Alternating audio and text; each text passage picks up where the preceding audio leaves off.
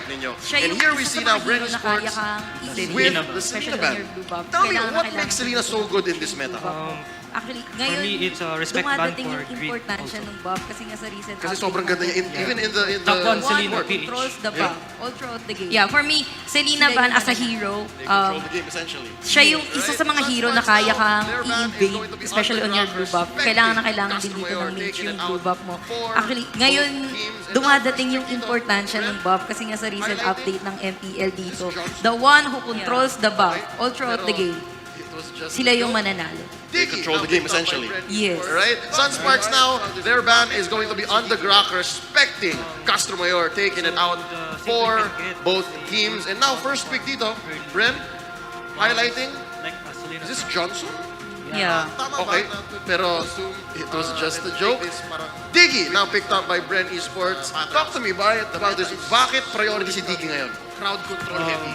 Kaya So the safe lane can get a good And amount of also, farm yung early mga with bombs neto, bombs like a Selena trap. You have the tama ba na damage. to assume And then meron ka din wards, and to just take like this Selena. parang with Yeah, naman with binibigyan ka ng patterns. vision and The meta is kalaban mo slowly yung becoming isang Diggy. crowd control heavy. Kaya sobrang lakas ni Diggy ngayon. And also, yung mga bumps neto ni Diggy, nakakatulong din siya sa pagkuha ng buff eh. You have the damage, and then meron ka ding wards, just like Selena nga. Yeah, so it's vision. Yeah, binibigyan ka ng vision, and nakakainis pa kung kalaban mo yung isang Diggy. Yeah. On the side of Sunsparks now, before we talk about Brenny Sports pick here, it's Kufra and Kimi. So this is very reliable. I mean, for almost a year or two now, ito talaga yung isa sa mga consistent players in the meta landscape of Mobile Legends. Ano plano gawin dito ng Sunsparks 666? For Brenny Sports as well as Valier. Lumabas na si Valier. Invade. Pero kailangan natin Invade pansinin dito. and counter gap Bakit with Uranus? Kufra. Flashes Kufra. I see. Brenny Sports here going with the swerve, although we have seen shades of this from our brothers and sisters in the MPL in Indonesia. Dinalabas nila to, Uranus, for Brenny Sports as well as Valier. Lumabas na si Valier, pero kailangan natin pansinin dito. Bakit Uranus? Kaya makabulin lalo ni Uranus. Because of Kimi's DPS. Sasaluhin niya lang. Sasaluhin niya lahat kasi kailangan dito ng tank ng Bren na kayang i-withstand yung damage coming from this Kimi. But Yeah, and then medyo mahapdi yata si Uranus. And at some point, if gamitin na ni Kimi yung kanyang mobility, kaya makahabulin lalo ni Uranus. for me kasi, GG since essentially nag-pick from that dito, point yung on. Bren Esports ng Carry Uranus, now picked up by Sunsparks. okay, Double tatapatan nyo marksman. yung damage or yung DPS Kurang ng game Kimi to, nag-pick namin. na lahat yan. What's Laban going naman on? yung Kimi na mage or laban Well, naman yung Kimi they na are mid farm position. dependent And as then of carry, now. she can just How do you get think yung carry will red work buff, out which is dun usually sa ginagawa invade din talaga gameplay? sa Ano yun? rankings. For me kasi, since nag-pick dito, yung Bren Esports ng Uranus, okay, tatapatan nyo yung damage or yung DPS ng Kimi namin.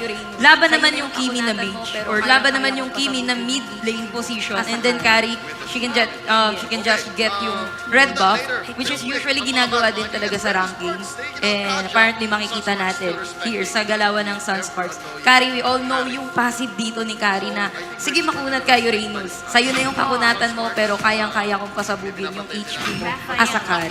With the true damage. Yes. Okay, more on that later. Real quick, ang mga bags, mga kaibigan. Brenny Sports taking out Kaja. Sunsparks still respecting the ever-annoying Harith. So, I think Brenny Sports dito respect ban yung Kaja. God. Sunsparks, may binabantayan sila. Rafaela. Back to the picks.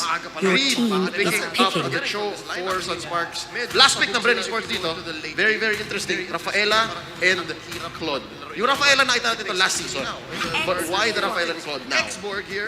Because of the movement speed of Rafaela, they will Bren invade Esports, and ang invade. nakikita ko this time.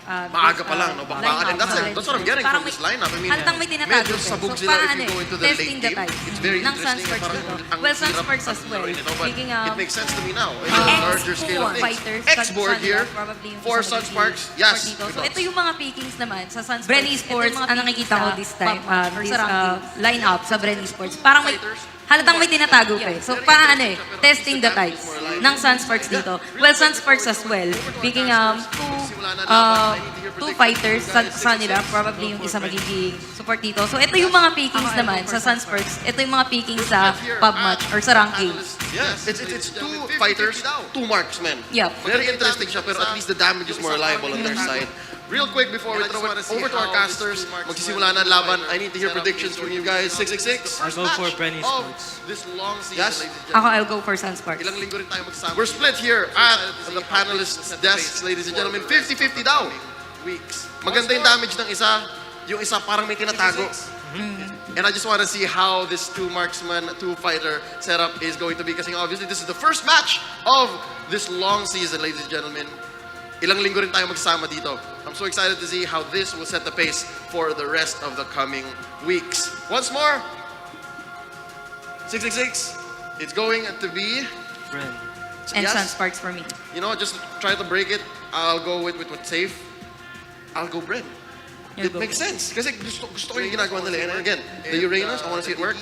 And the Diggy, first pick, sobrang It dami nilang is investment na 50-50 rinegay. para sa ating mga Well, if hindi panelists, naman make nila that makokontrol 2-1 yung dahil heroes si nila Leo on the early ay game kasi nag-Bren yun yung kailangan nila, or yun Isang yung gusto magandang- nilang palabasin. Early game. Gusto yung Magandang, kunin ng Brenny Sports. magandang lalaki kami sa inyong lahat. Tama Joke lang, naman. magandang gabi sa inyo. Manjin and Wolf, aka The Connection para sa game number 1. What's up? Bren, Esports versus Sunsparks. Let's go, paring Wolf. Ito na. Arguably, the best team ngayon papasok when it comes to the quality of the players individually laban sa mga former champions. Napakaganda. Grabe. Ibang klase ang mangyayari dito. Kuya Majin, sobrang excited ako dito. Hindi ko na nga alam yung sasabihin bago itong match actually because this is such a high-valued match. Sobrang taas ng hype ng match na to. This is the debut of the latest season, MPL Season 5. Right now, nakakakita tayo lately ng sa mga leagues ng Digi Pick, Digi Priority, and mukhang pipiliin daw ng side ng Bren Esports.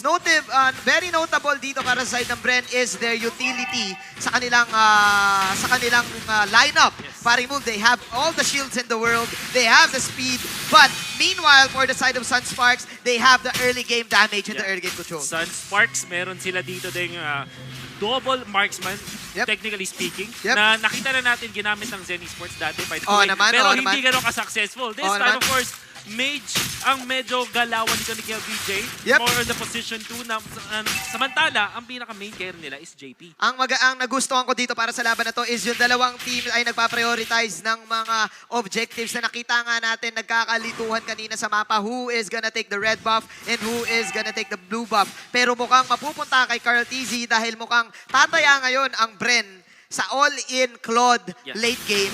Meanwhile, you have Sunsparks, you have this insurance na meron kang carry, pero meron ka rin KLBJ. Yeah. So, in terms of carries, dalawa yung dito, 2 versus 1 ang laban, parang good. So, interestingly, nakikita natin si Few playing this support role. Yep. Samantala mo kung si Coco yung pinaka-core nila. Although we don't know yet kung ano talaga yung plano nila. I think Coco is also a support at this point. Yep. Si Few, I'm not entirely sure kung ano yung gusto approach nito ng Brenny first. Now that they do have this Uranus, pero Yeah. siya yung talagang tangke na kukuha ng damage, magsusok ng damage laban sa Kimi. Definitely, paring Wolf. Ang dami kasing sustain capability dito for the side of Bren. Plus the pokes din na nagbumula kay Few. You have 3 flame shots na meron ngayon sa side ng Bren na napakadaling setup para sa isang Valier at para sa isang Digi. So, after the reverse time na meron ng Digi, kapag nakapag-farm na si Carl TZ, easy blazing duet, Exactly. hindi makapwesto ngayon ng Sunsparks. Bakit? Sa lineup ng Sunsparks, they will go all in. They have Rafflesia initiation, grid initiation, meron ka pang Cho. So bago ka pa maka-all in, may heals ka from Pew, tapos may shield ka kay Digi, tapos napakaunat pa ni Coco. And ang isipin mo nga lang dito is Few is not actually playing as a support. Yep. Baka nagaling siya dito sa gitna, Ribo, and lastly yung talagang support duo dito ng Bren Esports, which means that we are seeing Core Rafaela. Hindi pa natin nakikita masyado. But this time, sa unang laban ng MPL Season 5, kita-kita agad natin Few having this Rafaela. What is his impact? Tingnan natin mamaya. Ang daming bago nito for sure. Gagayahin na naman to ng mga rank gamers natin. That's this Rafaela core hero. Those are the flame shots. Both of the teams trying to prioritize Mr. Lito, si Lito Wanderer. But as I say this, that is of course the first poke of the game. KLBJ will use his flicker plus the second skill. Pero mukhang bitin dahil yun na nga ang first blood. Make that second blood. Double kill for Dr. Rebo. Nakikita natin din yung lakas dito ng Uranus. Siya yung unang ginaw pero siya pa yung nakapag-turn around ng laban. Naka-pull yourself together din siya dito. A little bit of cooldown reduction. Yep. On this, on the ultimates, syempre dun sa kanyang battle spell. I think you have to take note din na yung consecration kapag na-combo mo with that kind of emblem, ang bilis ng cooldown. Ang bilis, definitely. Kita mo gano'n siya ka-aggressive ngayon. And Uranus is the best counter para sa isang Kimi dito. Exactly. Without any kind of burst, kailangan pa nila si Kari dito, and that gave Bren Esports the space to get the first turtle of the game. We are now having the item check. Look at the items of the carries right here, Wolf. Si Kari, automatic, will go for the Azure Blade. But right now, what's happening? They are still trying to get Uranus, pero mukhang bitin pa rin talaga, Wolf. Hindi nila kaya naman. Samantala si Green sa gitna. Ayun lang. Killing spree para dito sa ating player. Hinabol na si JP. JP with the flicker gets away. Yeah. Para sa Bren Esports, okay na sila sa isang pitas. It's all about control para dito sa side ng Bren Esports. Control meaning hindi lang stun, kung hindi pati slows. Ang dami nilang slows sa lineup nila na hindi kagad makaka-responde ang Sunsparks. And Coco is Sobrang doing unat. pretty well dahil pinipressure niya lang yung bottom lane. Hindi tuloy makasama si Mpl-Ph sa kanyang team kapag kukuha sila ng kills. I think during the qualifiers, Manjin, napansin natin na nakikita natin yung mga teams using this core Uranus as well. Parang off-lane Yes. siya nilalaro. Yes. And you can really stay in lane dahil pwedeng mong isustain yung sarili mo at okay lang na i-go ka na kalaban kasi they will take so much time Look at like this. Yeah. Sobrang ginaw lang si Mpl-Ph just right in front Yeah. of Mpl-Ph. At dahil nasa harap siya lagi nung Kimi, yung Kimi naman hindi niya napipili, hindi siya nakapili ng target, Target, niya. yeah. Yung target, kung sino na nasa harapan niya, kaya tangking-tangke talaga. I like Sobrang nakontra ng Uranus yung Kimi. I like the layers na nilalagay ng Bren Esports dito. Bakit nga ba Uranus lang? Pero as we say this, napalalim ata si Kuya Cox doon sa bottom lane at napatay siya ng Kimi. Meanwhile, may onting bawi dito ang side ng Sunsparks. Few is falling low, pero that is of course a flame shot. Mamalag pa dito si Kiluwash. Na-outplay! Maribol normal! Kiluwash! Boom! Very Pero well again, the passive na meron ang isang ang Rafaela ni Paring Pew yung naging cherry on top. Pero nice outplay muli para kay Kiluwash. Isa sa mga signature picks ni Kiluwash. Well, at least nung off-season ng MPL, nakita natin na nilaro niya sa ibang tournaments itong show na to. Yep. To great effect now, showing up sa first Okay. game ng MPL 65. Turtle will be slain by the Kimi. Yep. At mukhang back na lang dito para sa Bren Esports. Hindi na sila lalaban after that. I think sa ganitong sitwasyon, we are now transitioning into the almost late game. Kailangan ng gumalaw ng Bren Esports habang lamang sa item si paring Carl TZ. Dahil, again, carry is carry. Cho can actually deal with the Rafaela himself. Yes. Kapag naabutan niya sa bandang likod or maikutan niya, umiiwas lang ang Sunspark kasi dito sa flame shot initiation. Once na tumama yung flame shot, easy reverse time. Ayun na, Easy. gumalaw na nga. Basic duet pero masyado yata malalim. Hinabol pa rin si Green. Green napakagandang angulo sa flicker. Wow. No, si Lasty pero may time share na gagamitin. In comes the rocket. The flash na nag-apple. Gusto niya si Ribo. Aabutan pa niya. The slows are there. Kiluwash. Onto the backlines. Pero kaya ba niya tumakbo? Siya na yata yung mapapasama pa dito. Oh. Yung ako nakill, hindi na. Mukhang bitin nga ata. That is the ultimate. Nagmula dito sa isang Kufra. Raplesha will also fall down. Double kill para kay Carl TZ. Sustain is the name of the game. Meanwhile, yata. JP coming in for the first kill. Phantom stepping in. Oh, the Ubos kick. sa mga true damage. JP, Mr. Phantom John Paul. step. Triple kill. At eto na. Nagpapakilala na dito si JP. Kanina pa siya nagpa-farm. And alam natin, Gary, konting abante lang Oo. ang kailangan niya para umungos na nga siya dun sa in terms of economy and damage. Yeah. We will see.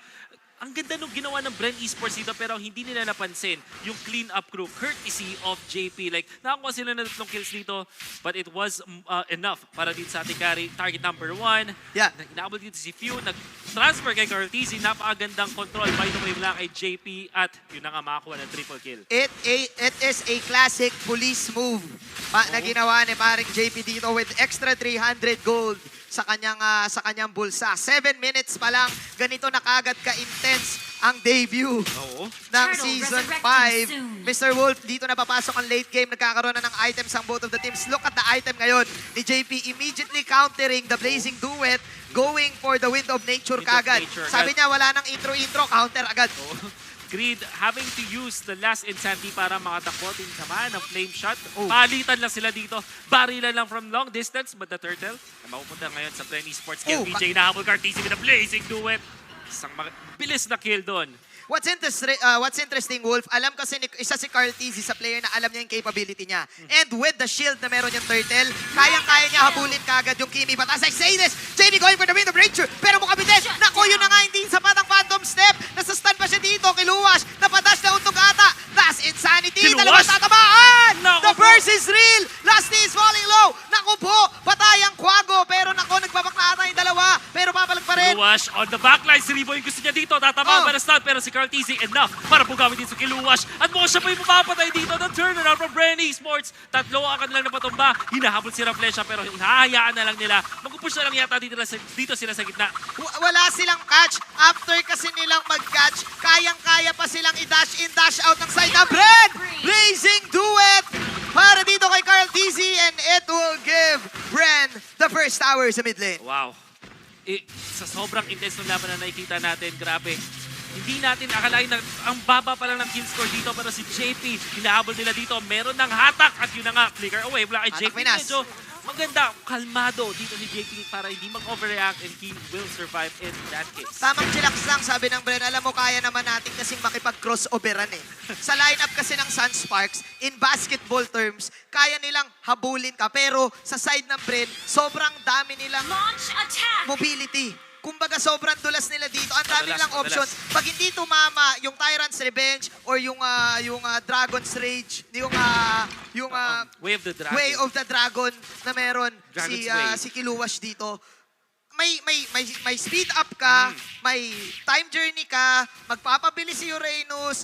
Ang dami eh. Meron ka pang PMI. Actually, dalawa din yung pang-cleanse nila dito. Like Rebo with the Consecration, meron din parang semi-purify yun. Oo. And then you have Coco with the Consecration na ultimate. Yeah. So, Iwas na meron lang. sila talaga Yeah. ditong pang-cleanse nga. I think there's no other way. Parang purify effect. Yeah. Pero in MOBAs, in general MOBAs, it is considered as a cleanse. Yeah, kaya hindi maka-target ngayon si KLBJ. Ikaw yung nagsabi nito, hindi mo mapipili yung target mo kung isa kang Oo. Kimi. You would rather go to the backline and hope for the best na madamage mo lahat. In JP, hindi siya nakakalapit kagad unless makakuha siya ng isang magandang move from the flank. Kaso, ang problema, ayun o, tinatakbuhan lang siya. Look at this! KLBJ! Bitin ang damage mo, Carl Tizzy! 1v1, Apoy laban sa Apoy. Pero si Greed ang mapapatumba ni Rebo. Dalawa. Down for the count for Sunsparks. At kasama pa yung Lord para sa Bren Esports. Easy Lord for Bren Esports plus Winter Truncheon para love kay Kuya Coco. 2-1-4. Anong klaseng comeback kaya ang magagawa ng Sunsparks dito? There's a 3,000 gold lead and look at the sustain right here. Even without the Lito Wanderer, pwede magstay in lane ang side ng Bren Esports because of you. Ang medyo kailangan pang bantayan dito ng Bren Esports, comebacks can be real. Sunsparks to. Alam natin marami sila ng comeback na nagawa before and they have the right tools to deal with it. Meron sila dalawang marksman na nagsiscale din up until the late game so kaya pa nila depensahan to. Tingnan natin dito, Blazing Duet. Ako, tatamaan yung dalawa. Si Kaltiseng nasa camera. Wind of Nature, PMI out. Pero pulado siya. Greed, ayun na yung mga torrent. Yun na yung mga flames. Habang nag-first kill dito si Barry KLBJ. Naku po, Greed. Medyo makunat siya ng onti dito. Coco, tinatake lahat. Habulan, portion. Kiluwash mula sa gilid. May dash in. Pulado si Doc Ribo. Doc Ribo will fall down. At ayun pa yung dashes niya na slow. Si Baring Coco ni Rocket. Pero wag nyo na atang habulin. Dahil si Coco ay tatakbo na lang using the Cyclone Eye. Sunsparks will defend their tier 3 tower. What you have to take note about this is yung Sunsparks, kakasabi lang natin, ang galing nila mag-comeback. You have to take note, yung positioning nila, ang inalay lang nila doon was Raflesha. Tapos, pinwersa nila si Carl Tizzy. Nagpapit ng Blazing Duet doon sa may backlines at walang namatay aside from the Cupra. And Green was right there in front, just dealing the damage from the flame missiles. Tapos, biglang may Kiluwash na nasa likuran na. And dahil nakontrol niya doon si Q, agad-agad, biglang nawala agad yung brunt of the sustain and the damage of Bren Esports. Definitely, nag-agree ako sa'yo dyan, paring Wolf. Yung Bren kasi, compose yung teams nila, compose yung lineup nila na natural na magtatabi-tabi because of the heals, because of the shields. Pero what if sumabay yung CC ni Raflesha, tapos yung ultimate burst ni Greed? Exactly. Napakasakit na dahil malambot pa rin yung Digi. Kung iisip mo, malambot pa rin yung Claude, malambot pa rin yung Valir. Si Coco lang ang kaya mag-sustain! Pero hindi niya kakayanin dito si JP. It goes sa blazing to it. Sa may likuran ng flash shot. Tinatakila, pinoprotekta si JP. Pero mukhang mababasama sila. Kiluwas naman sa may backlines. JP will be safe. Makatakbo ba? Hindi na. KO para kay Pew. May damage pa dito si KLBJ. Mukhang wala na. Dash in, shoot po in, shoot po out para dito kay Kiluwas. Pick-offs after pick-offs para sa Bren Esports at mukhang magbaback ang side ng Sunsparks because they need to defend their T3 tower. Ito yung mortal sin na pwede i-commit ng Sunsparks. If they commit, Ooh. time and time again, what?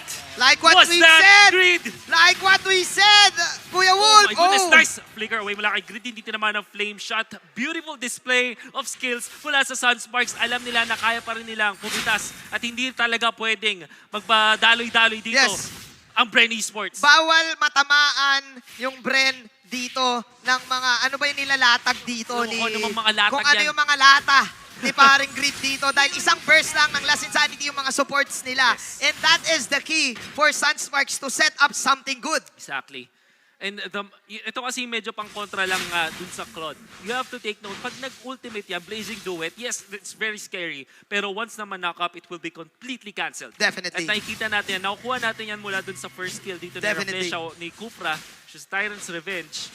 And every time that happens, ang gagawin na dito Reflesha, abangan kung kailan tatalon si Cartesi at huliin. I think sa ganitong sitwasyon, mahihirapan ng Bren dito in terms of 5-on-5 team fight. Because look at Grid. Talagang tinatangke lang lahat by using the Feraga armor. Yeah. So dito na magkakatalo in terms of controlling each lane. Saan ba pupunta si Coco? Saan ba pupunta si Kiluwas? Kasi kung papapiliin ako ng offlane, Kiluwas can go for the split, but Exactly. Kiluwas can also kill. Yeah. But si Coco, as the Uranus, talagang sustain lane lang. So doon nagkakaiba yung lineup ngayon, paring Wolf. Alam problema dito ng Bren Esports, kailangan nandun lagi si Coco sa mga laban. Green will use the Last Insanity, pambugaw lang ng mga members ng Bren Esports. Actually, nililito lang nila dito dahil medyo Eto may na. pumupugak dun sa may bottom lane. Eto na, Kiluwas versus Coco in the bottom lane. Meanwhile, Refresha, mahihila siya dito. The Lord, the Spawn. Tignan natin dito, JP setting it up, setting something up. Sunsparks, Refresha, siya namumula dito. Cartesi will go for the Little Wonder. Meanwhile, Few will just poke out JP. That is, of course, the flame shot. The second flame shot of the game. Both of the teams, sumasayaw lang, inuna nila si Kiluwas. Mahuli ba? Easy. They're slows, pero syempre, Cho, napakadulas na hero, ang hirap mapulin. Pwede siyang tawaging Kilu Dash. Dash. Ayos Pwede. na yun. Pero tignan natin dito, both of the teams setting up the Lord. Sabi ni Coco dito, Kiluwas, hindi ikaw ang pwede mag-split. Kasi ang problema din kay Kiluwas, hindi niya rin mapapatay si Coco basta-basta. That's why masusustain talaga ni Coco yung bottom lane.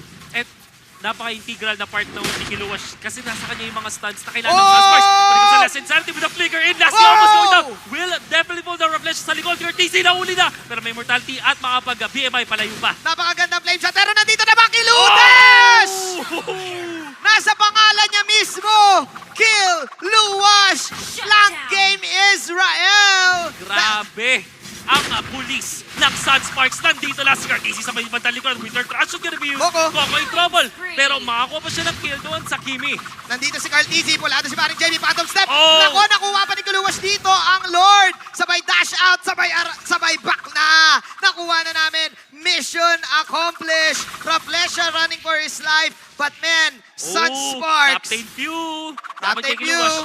Habulin niya dito si Kiluwas. Hindi niya hayang mag-TP at kaya pa niya mag-recall. Reflection, kumontrol na mag-clear na lang ng minion wave dito. Iaaling na niya yung buhay niya pero may isang nakalusot. Kaya ba niya makatakas? Naku po, yatak pa rin.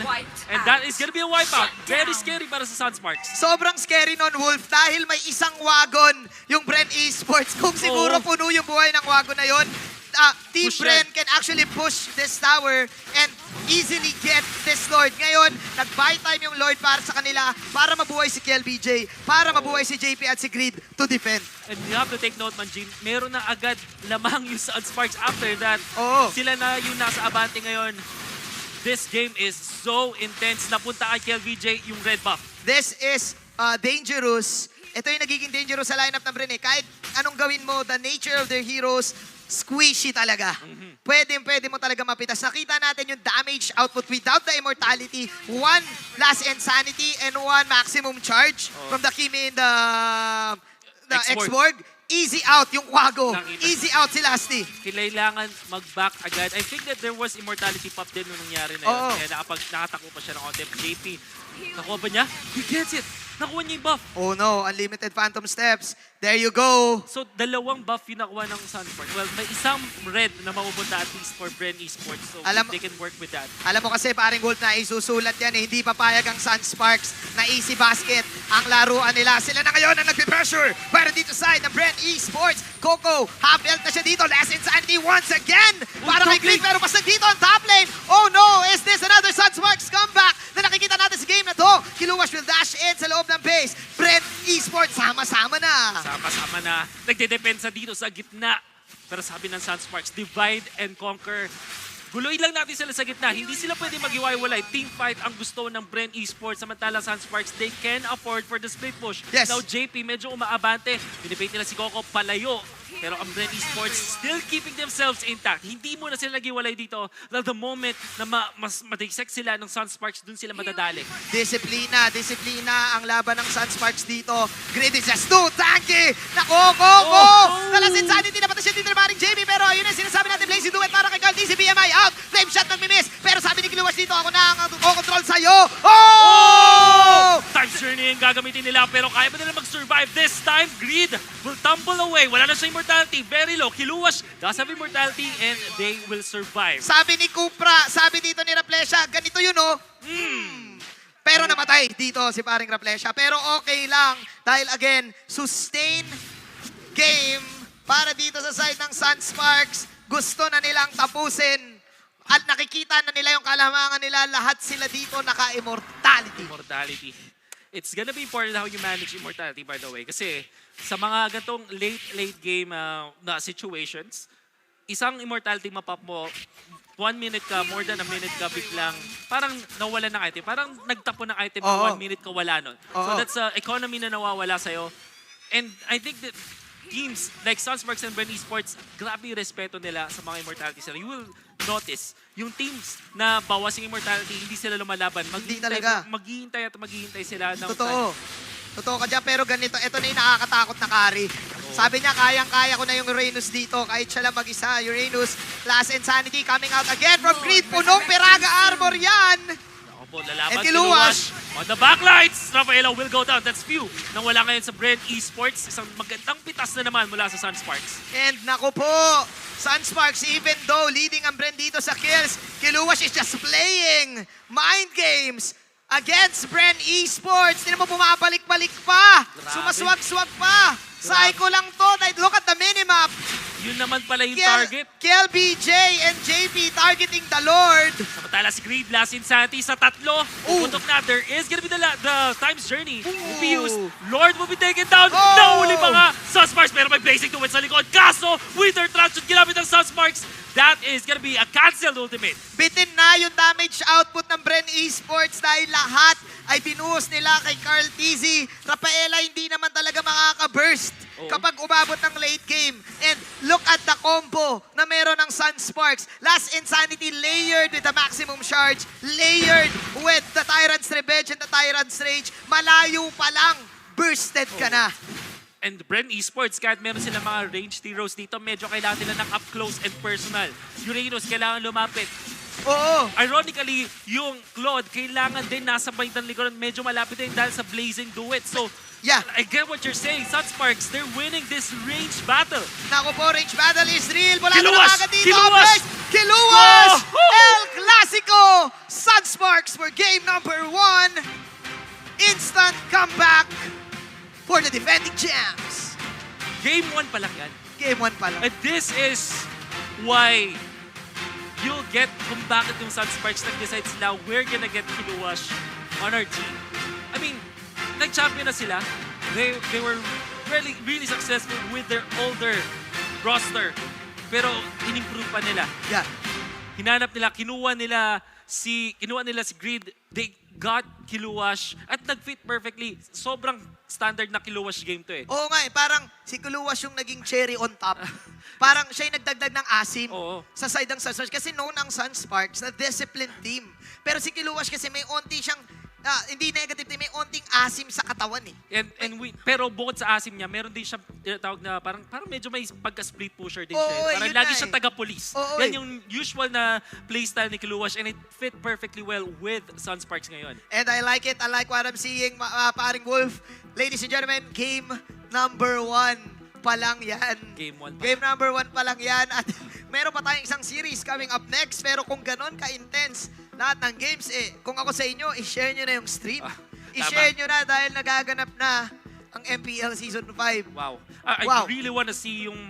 I think we will have a little bit of glimpse dun sa mga nangyari na clash kanina. Actually, kung may highlight reel to, sobrang haba ng highlight reel. Ang dami natin nakita mga highlight plays from both teams. Nakita natin yung promise at yung lakas ng Brain Esports at the start. Pero nakita din natin Sunsparks yung comeback nila sobrang tindi. Iba talaga. Alam mo, paring Wolf, gusto ko pang ma-dissect yung game na to. Ating ipasa na sa ating mga panelists. Panelists, kayo muna. Maraming salamat, Manjin and Wolf.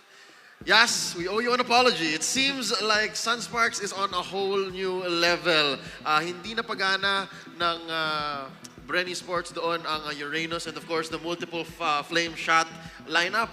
Pero may laban eh. I really like how this game went to double-digit kills. Diba? Madugo siya. Let's look at the game by the numbers. Brenny Sports here, lamang sila sa kills, right? Pero yung Sunsparks, tama yung sinabi ni Manjin. Maganda yung pasok ng playstyle ni Kilowash sa gustong gawin ng Sunsparks. Yes, your thoughts? Well, sabi mo nga may laban talaga dito yung lineup ng Bren Esports. Just because it is early game. Actually, laban naman talaga eh. Bren Esports, pwede silang manalo if and only if hindi talaga nakapag-farm dito yung the rest ng Sunsparks. Kasi hindi lang talaga si Kari yung inaasahan dito. We have Kilowash and then we have Grid. Kanina napapatay nila just because wala pa silang item, wala pa silang defensive item, wala pa silang magic item. 4 yung bodyguard dito ni Claude. And we see, kanina nung namatay si Claude, kita natin naghulasan lahat. Hinabol sila pabalik ng Sunsparks and yun yung pinaka naging turnaround. Killing the Claude means killing the whole team, chasing back the whole team para sa side ng Red. Pero gusto ko rin yung pagpasok dito ng Claude ni Carl TZ kasi nagets niya na technically isa o dalawa lang ang makakahuli sa kanya kung mag-Blazing Duet siya. Yep. Which is the knock-up on Kufra and of course the combo on Kilowash's Cho. 666, while we're watching the highlights, medyo madugo yung laban. Madugo, and madugo. It started with of course heavy rotations as we The predicted. triple kill of JP in early. Oh, that's a carry that's going online so much sooner. No? Medyo nakabigla yun on the side of Bren. Nabiglang, uy, may kagat-agad. Actually, medyo sa may middle ng ating timer sa game, hindi naman nagkakalayo talaga yung Kari tsaka Claude. Actually, mas lamang pa yung Kari in terms of the farm ha. In terms of the farm. Kasi ang totoo niyan, Kimi lang naman yung medyo nabully dito ng Brain Esports. Yeah. Yung Kimi yung hindi nakaporma, yung Kimi yung sabihin natin medyo lacking on the damage na inaasahan natin na mabibigyan sana tayo ng early game potential na sana makakuha sila ng first blood. Kaso, mas malaki yung damage na binibigay or mas malaki yung early game kumbaga, early game damage ng side ng Bren Esports. You'll see here moments wherein Kilowash came in from the rotation down bottom, tapos naka-double kill pa siya. So it's match made in heaven, kumbaga, yung galawan dito ni Kilowash. And this fight right here, I think we're getting close to the end. Ang ganda sana ng ginawa ni Raflesia doon, pero smart trade yun for Raflesia and Coco. And then, yan, kahit na mababa na yung buwan ng Sunsparks, look, kalahati na rin yung Bren Esports, nakalaban pa sila. Nakalaban pa sila kasi Sunsparks doon, meron pa silang Kimi, meron pa silang Kari. Hindi mo kailangan ng a lot of skills para i-maneuver itong mga hero na to. You just have the normal attack para kay Kari, Kimi as well, energy transformation or kahit yung basic attack niya. Then wala na halos ditong skills na matitira yung sa side ng Bren Esports kasi nagamit na nila eh. Yep. We are going to award our MVP for JP. the game towards the JP. 6-3-3 JP on that carry. Nabanggit mo nga, Yas. 666, tell me about this. Paano naging ganun ka-deadly ang carry? Nang ganun kaaga? Di siya nagamp ng early, puro lagi focus sa Kimi. Ayun, nakapag-farm siya hanggang 10 minutes. Tapos, Bonus na yung triple kill sa early stage. nakabingwit ng isa. Ng isang triple. And that helped him gather about 15,000 ba yun? There is, big number, 15,000. But definitely, here's your MVP right now. All smiles. They are now at match point. Posibleng mag 2-0 ang Sunsparks dito. And that's very good. Kasi nga, going into this, sila yung underdog. Sila yung parang iniisip ng mga karamihan, they're bound to lose at some point. At who better than Bren Esports to do it? But it looks like Bren Esports here, they're on the back foot, ladies and gentlemen. Silang nahirapan. What do they have to do? Yes? Ako, sabi mo, they're bound to lose at some point. But at some point, sabi natin kanina, Bren, baka may tinatago pa yan. Kasi hindi ka naman magla-line up ng 4 na bodyguard and magta-try ng early game kung wala ka pa namang parang mga natatago sa bulsa mo. Diba? Kumbaga, tinesting mo lang kung ganito ba talaga, kung gaano kalakas yung Sunsparks. So, ang maganda sa lineup ng Bren dito is protected sila kasi tinago pa nila eh. Oo. So, this game 1, it could be they're trying something. It almost worked. Napagana nila. But Remember, download game. possible. Pero, remember also, itong Sunsparks, parang pinsan yata nila yung signal kasi they're also comeback kings now. Oh, yeah. Medyo talo sila the early part of the game and then nabawi. 666, anong kailangan gawin ng Bren dito? Para sa akin, kailangan ng bawgin yung safe lane ng Sunsparks at yung offlane. Push lang ng push para sa akin. Yep. So, target JP, JP, TLBJ, one or the other, and Kilowash. Bantayan na si Kilowash. Yep.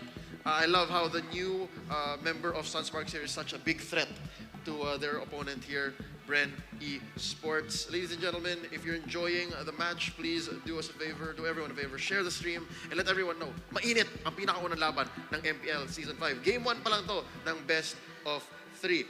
I need to ask you guys, based on the momentum ngayon, sa tingin nyo ba 2-0 on Sunsparks or maabawi pa dito ang Bren? Ako, I think it's 2-1. Magkaka-game 3 tayo. You really believe download game? Yes, at Possible. some point. 6? Game 3. All to game 3. On to game 3. Okay, well, I'm just happy to see a good fight here.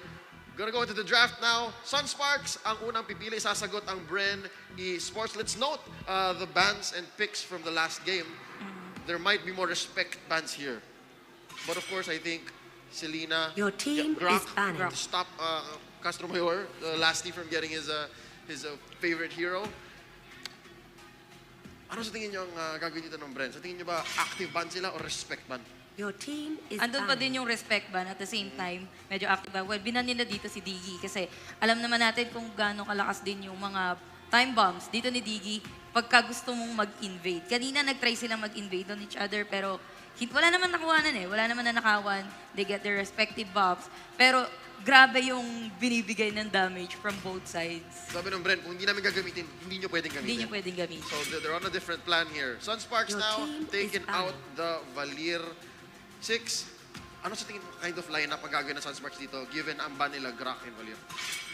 I think they will go for a Your Farsa team is first pick. picking. Farsa. Farsa first pick. Pero mukhang tangke ang investment nila. Bren Esports still respecting that Ling. So Bren Esports, they have the Farsa open now. Sa tingin mo sa kanila?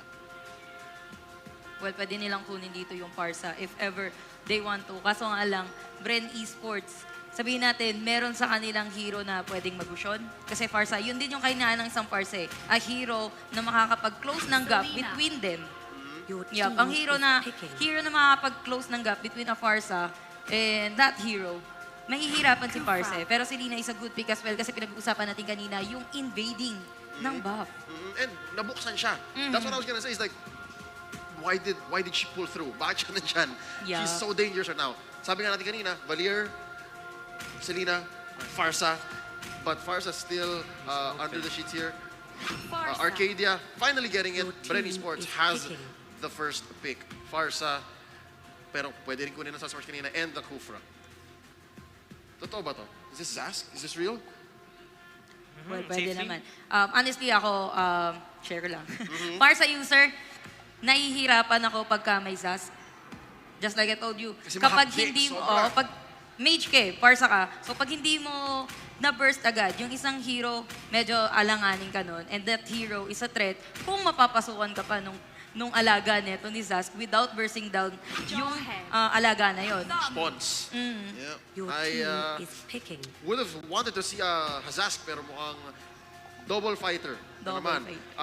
Jawhead here, very good pick up for Sun Sparks. Very lethal. And it looks like, isa sa yan sa mga sagot nila kay Farsa. Diba? Didiretso niya na. So that's a good way. I'm thinking it might go on Kilowash, might be on Greed. Sa kabilang dako, Brenny Sports picking up the Kimi. Hovering it pa lang, hindi pa nila lock. 6 Hovering pa so lang. far. How do you feel about Sun Sparks lineup here? Tank, Jawhead, offlane, Camus, Your support, team is Selena. banning. Support si Lina. Actually, laban din talaga yung support si Lina. Nauuso yan ngayon, yung support si Lina. Like, hindi siya nakuha ng buff as long as makapasok pa din yung kanyang Abyssal Arrow and then the combo. You get your early rotation, kumbaga, pag si Lina. Kumbaga, parang support siya, pero hindi siya support at the same time. Kasi kailangan mong ipasok yung combo mo, kailangan mong makuha nyo yung kill. So, kumbaga, yung pagsasakripisyo din ito ni Selena, kailangan may bawi sa kanila. Support na may ngipin. Is banning. Kasi kakain din siya. Hindi siya Yep. pwedeng parang support tank or support like a diggy. Na, sige lang, kahit wala na items. Yeah, tsaka she hindi really naman wants to all the fight. time tumatama Abyssal Arrow eh. So, you have to make it worth it. Yeah, 5 seconds done. This is not a joke. Yep. Pwede ka pa magkape. Pwede ka bang magano, no? Sun Sparks here, banning out the Uranus. So, nirespeto nila Uranus ni Coco last game, which was very lethal. I like how he was Your diving into the team is backlines, picking. and it now looks like Sun Sparks trying to protect their backlines from the lethal tank that is Uranus. Your Brenny team Sports, is carry picking. naman. Ganun ba sila katakot sa carry ni JP? Oh, Carl. I think so. Kasi yun yung ano eh. JP on that carry, kanina first game pa lang pinakita na sa atin na hindi nyo ako, kumbaga hindi nyo ako mapupugo. Kahit anong gawin nyo. Kasi never, in a moment na hindi na ano eh, na napugo si Carry. Just like I told you, mas nataasan niya pa nga ng farm at some point itong si Claude. Pantay lang sila. And JP, he knows when to go back and he knows when to go in. Yeah, and alam niya na kaya kong patayin tong Uranus. Yep. And I saw that kanina, parang 2 or 3 hits lang, muntik na mga lahati, si Coco. And here, Brenny Sports now going for Your the team 2 is marksman picking. lineup. Well, I like that Hayabusa pick. Magandang Kawawa si pasukin. Parsa dito. Yes. Kawawa. And also Kimi. And Granger too. Yep. Ang daming vulnerable dito na sa side ng Bren Esports. Now I'm having doubts about 2-1. 6, your thoughts? Hayabusa mid. Hayabusa mid. And then I also like na yung draft dito na ipanalo na Sun Sparks, I believe. Ang ganda. They forced Brenny Sports to pick up the Farsa, which is a good pick. Pero yun nga, kakainin sila ng buhay nitong Hayabusa, nitong Jawhead. Yep. At saka, of course, nandiyan pa rin. Show ni Kilowash. Last pick here, X-Borg na ginamit ni Greed last game. Looking at the lineups, it's hard. Anong playstyle ang gagawin dito ng Brenny Sports para let's say, maayos yung disadvantage? Delaying the game, just farm. Like, ginawa nung game 1 ng Sun Sparks. Yes? Well, for me, Bren Esports dito, hindi rin sila yung nasa pinakamagandang posisyon. Talagang nagsaside pa rin ako sa lineup dito ng Sun Sparks kahit na wala silang tank. Kasi that Hayabusa pick, napakalaki ng diferensya, napakalaki ng role dito ni Hayabusa. Yung tatlo, yun yung tatlong hero na kailangan ng protection. Yet you have the X-Borg, meron ka ding Kufra, pero hindi mo maproprotect yung tatlo. May maiiwan at maiiwan na isa. Sabihin natin magiging support dito, pwedeng maging support dito si Parsa, pwede niya supportan si Kimi or si Granger. But at some point, parehas silang manipis kung dalawa lang silang nagro-roam sa mapa. And Hayabusa, ang hirap hulihin yan eh. Wala silang panghuli kay Hayabusa unless napakagaling ng Kufra nila na talagang may magnet yung Kufra nila. But still, Hayabusa with quad shadow, paano mo huhulihin yung Hayabusa? Ninja yan eh. So, ang hirap dito nung lineup ng Bren para makakope up dun sa isang Hayabusa ng Sun Sparks. And plus, Kilowash on that choke pa din. Yeah. Hindi ako takot para doon sa side ng Sun Sparks. And I'll just say it right now, before we throw over to our casters, I think Sun Sparks got this. Predictions? I'll go for Bren for game 3. Game 2. Ooh. Ako, Sun Sparks pa rin. Okay, 2-1. Let's go ahead and throw it over to our casters. Game's about to begin. Thank you so much, Leo. Nakita nyo rin Selena, Farsa will be big, pero may Kimi Granger na naman tayo makita. Hindi po sira ang screen nyo. Hindi sira. Double marksman na talaga ang meta natin. Double ngayon. marksman is real. By the way, tayo nagpauso niyan. Pero, team long range, Kimi Granger na naman ang nakita natin dito. Malayo pa lang, tinitira ka na. Sabi nga dito ng kaibigan nating Prop B for the lineup of Ren. Meanwhile, Sun Sparks, medyo kakaiba to. Pumasok ang Selena pick Yes. ngayon na binan kanina? So, binigay ng Brand Esports para sa Sunsparks yung ating Oo. Selena, which is one of the best first picks Oo. na nakita natin ngayon sa meta. Para makuha din yung Farsa. Pero you know what?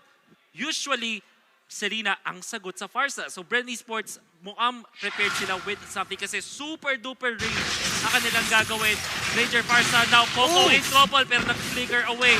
Safe for now. Parang sabi kasi dito ng Sunsparks, dadaanin nyo kami sa range. Oo. Dadaanin namin kayo sa suntukan! Nako. Kaya yan, inaaliyup. Para kay Alley-oop. KLBJ.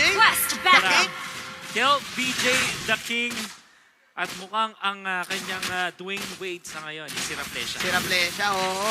Alam mo naman si Raplesha, kapag binigyan mo yan ng hero na nanghahambalos, favorite niya yan Favorite. Favorite niya yan So, ibig sabihin dito, with the help of the wagon as well, half health na kagad itong tower in the top lane. And this will give Team Sunsparks the opportunity to pressure the top. And the Jawhead and Selena can just roam around.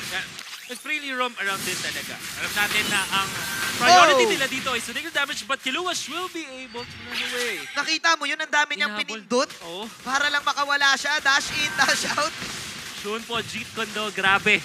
Pa Fast hands. Pasans, wala pa nga yung Cyclone Eye. Pero On ngayon, that part. Raplesha gonna be chased by Lasty only a little bit, tamang bugaw lang. Nakita natin sa Brand Esports is even after the death of, even after their first blood, I mean, sila pa rin ang nakakalamang ngayon sa ekonomiya. Kasi nga naman, ang reason is nakapag-farm si Kalkizi and even then, Kalkizi, siya pa ang mauunang makapag-farm. Napakabilis nito para sa side ng Brand Esports and I think kailangan na lang gumalaw dahil inuunahan sila ng Sunsparks. The arrow will hit. The tower is not enough. That is of course a flame shot counter. Go from Lusty to my knock-up plus the Dead Sonata. The long-range game is in favor of Team Brand Esports. Medyo may konting misplay lang mula sa Sunsparks. They were supposed to throw yung kanilang kalaban pero ang nabato is si Selena. So, konting misstep. But you still have to take note. Brand Esports, ang ganda ng kanilang punish sa top lane. Oh. They go for JP. The combos, Rebo. Oh. Ooh, Feathered airstrike. Almost taking down. Oh. Abusa. This is the problem. Kahit takbuhan mo, parang mahahabol ka pa rin. Oo kahit saan ka pumunta, merong tinira sa'yo sa harap, may tatlong Death Sonata, at meron pang feathered airstrike na galing sa taas. So what they need to do para dito sa Sunsparks ay kailangan nilang iwasan yung Tyrant's Revenge na nanggagaling dito kay Lasty. Look at this. Sabi ni Lasty, alam mo na, Plesha, hindi lang naman ikaw ang may kamukha kay Kupra Kaya ko rin Parang gano'n, no? Instant burst. Lasty pa rin. One of the best playmakers out there.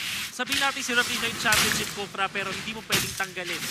Kay Lasty, yung lupit na kanyang Kupra. Nakita nyo na naman in action to get one pick off. Medyo nagpakilala si Abusa pero hindi na. Kakasabi lang natin, Wolf, iiwasan mo yung Tyrant's Revenge. Bakit? Napakabilis ng follow-up na meron ni Farsa ngayon. Mabilis. Ayun na boom! Bago pa ako magsalita, the burst is indeed real for the side of Brand Esports. Meanwhile, Sunsparks, aasa pa kasi sila dito na tumama yung pana, tumama yung ejector. But meanwhile, Brand Esports, actually, pwede rin silang umokes by using the Death Sonata or the maximum charge. Counted as spokes yun, tapos mapapabak yung Sunsparks kasi mas matatakot sila. Ang nawiwirdoan na ako ngayon sa mga galawan ng mga teams natin. We don't know kung sino talaga yung core or support. Medyo nagpapalit pa rin sila. Kasi, if you look at Sunsparks, sino ba talaga yung nag-start sa kanila? Was it greed on this quote-unquote support na Selena? Was it Hayabusa talaga ng core? Medyo focus ang Sunsparks dito sa physical damage and nakita na natin yung problema na hinaharap nila sa early game. Again, wala kang mage, wala kang damage. Yes, isang armor lang ang pwedeng counter para sa inyong lahat. But as you say this, nakabawi naman ang Sunsparks kanina sa bandang bottom lane. But still, the pressure is on for Brand Esports. Hindi sila lumalaban talaga ng harapan. What they do is just go. Oy, naku, tumama yung Death Sonata. Is just go for the flame shot, hope for the best na may matulak, hope for the best na may ma-stun, and hope for the best na may ma-burst. Nice dodge with the flicker. That now si Raplesha makikita ng 4 na member ng flicker. Pero na-stun, will connect, tatakbo, will still be taken down. Brand Esports gets their 5th kill. Yun ang classic galaw ng Brand Esports. Pero wow! Okay, The Spider Sense para kay View dito. Mukhang naramdaman niya na doon si Hayabusa. That is a better airstrike. But Kiluwas, hindi mo na mauulit dito yung ginagawa mo kanina. JP, dito, kalahati ang buhay niya. Minapatay siya isa. Lasty, siya yung namumula naman dito. View, with the station out. Naku po, si Lasty yung namumula naman dito. The arrow will miss, but the Granger is falling low. JP going in for the blades. Bawi ang team ng Sunsparks. Hindi ko talaga maintindihan.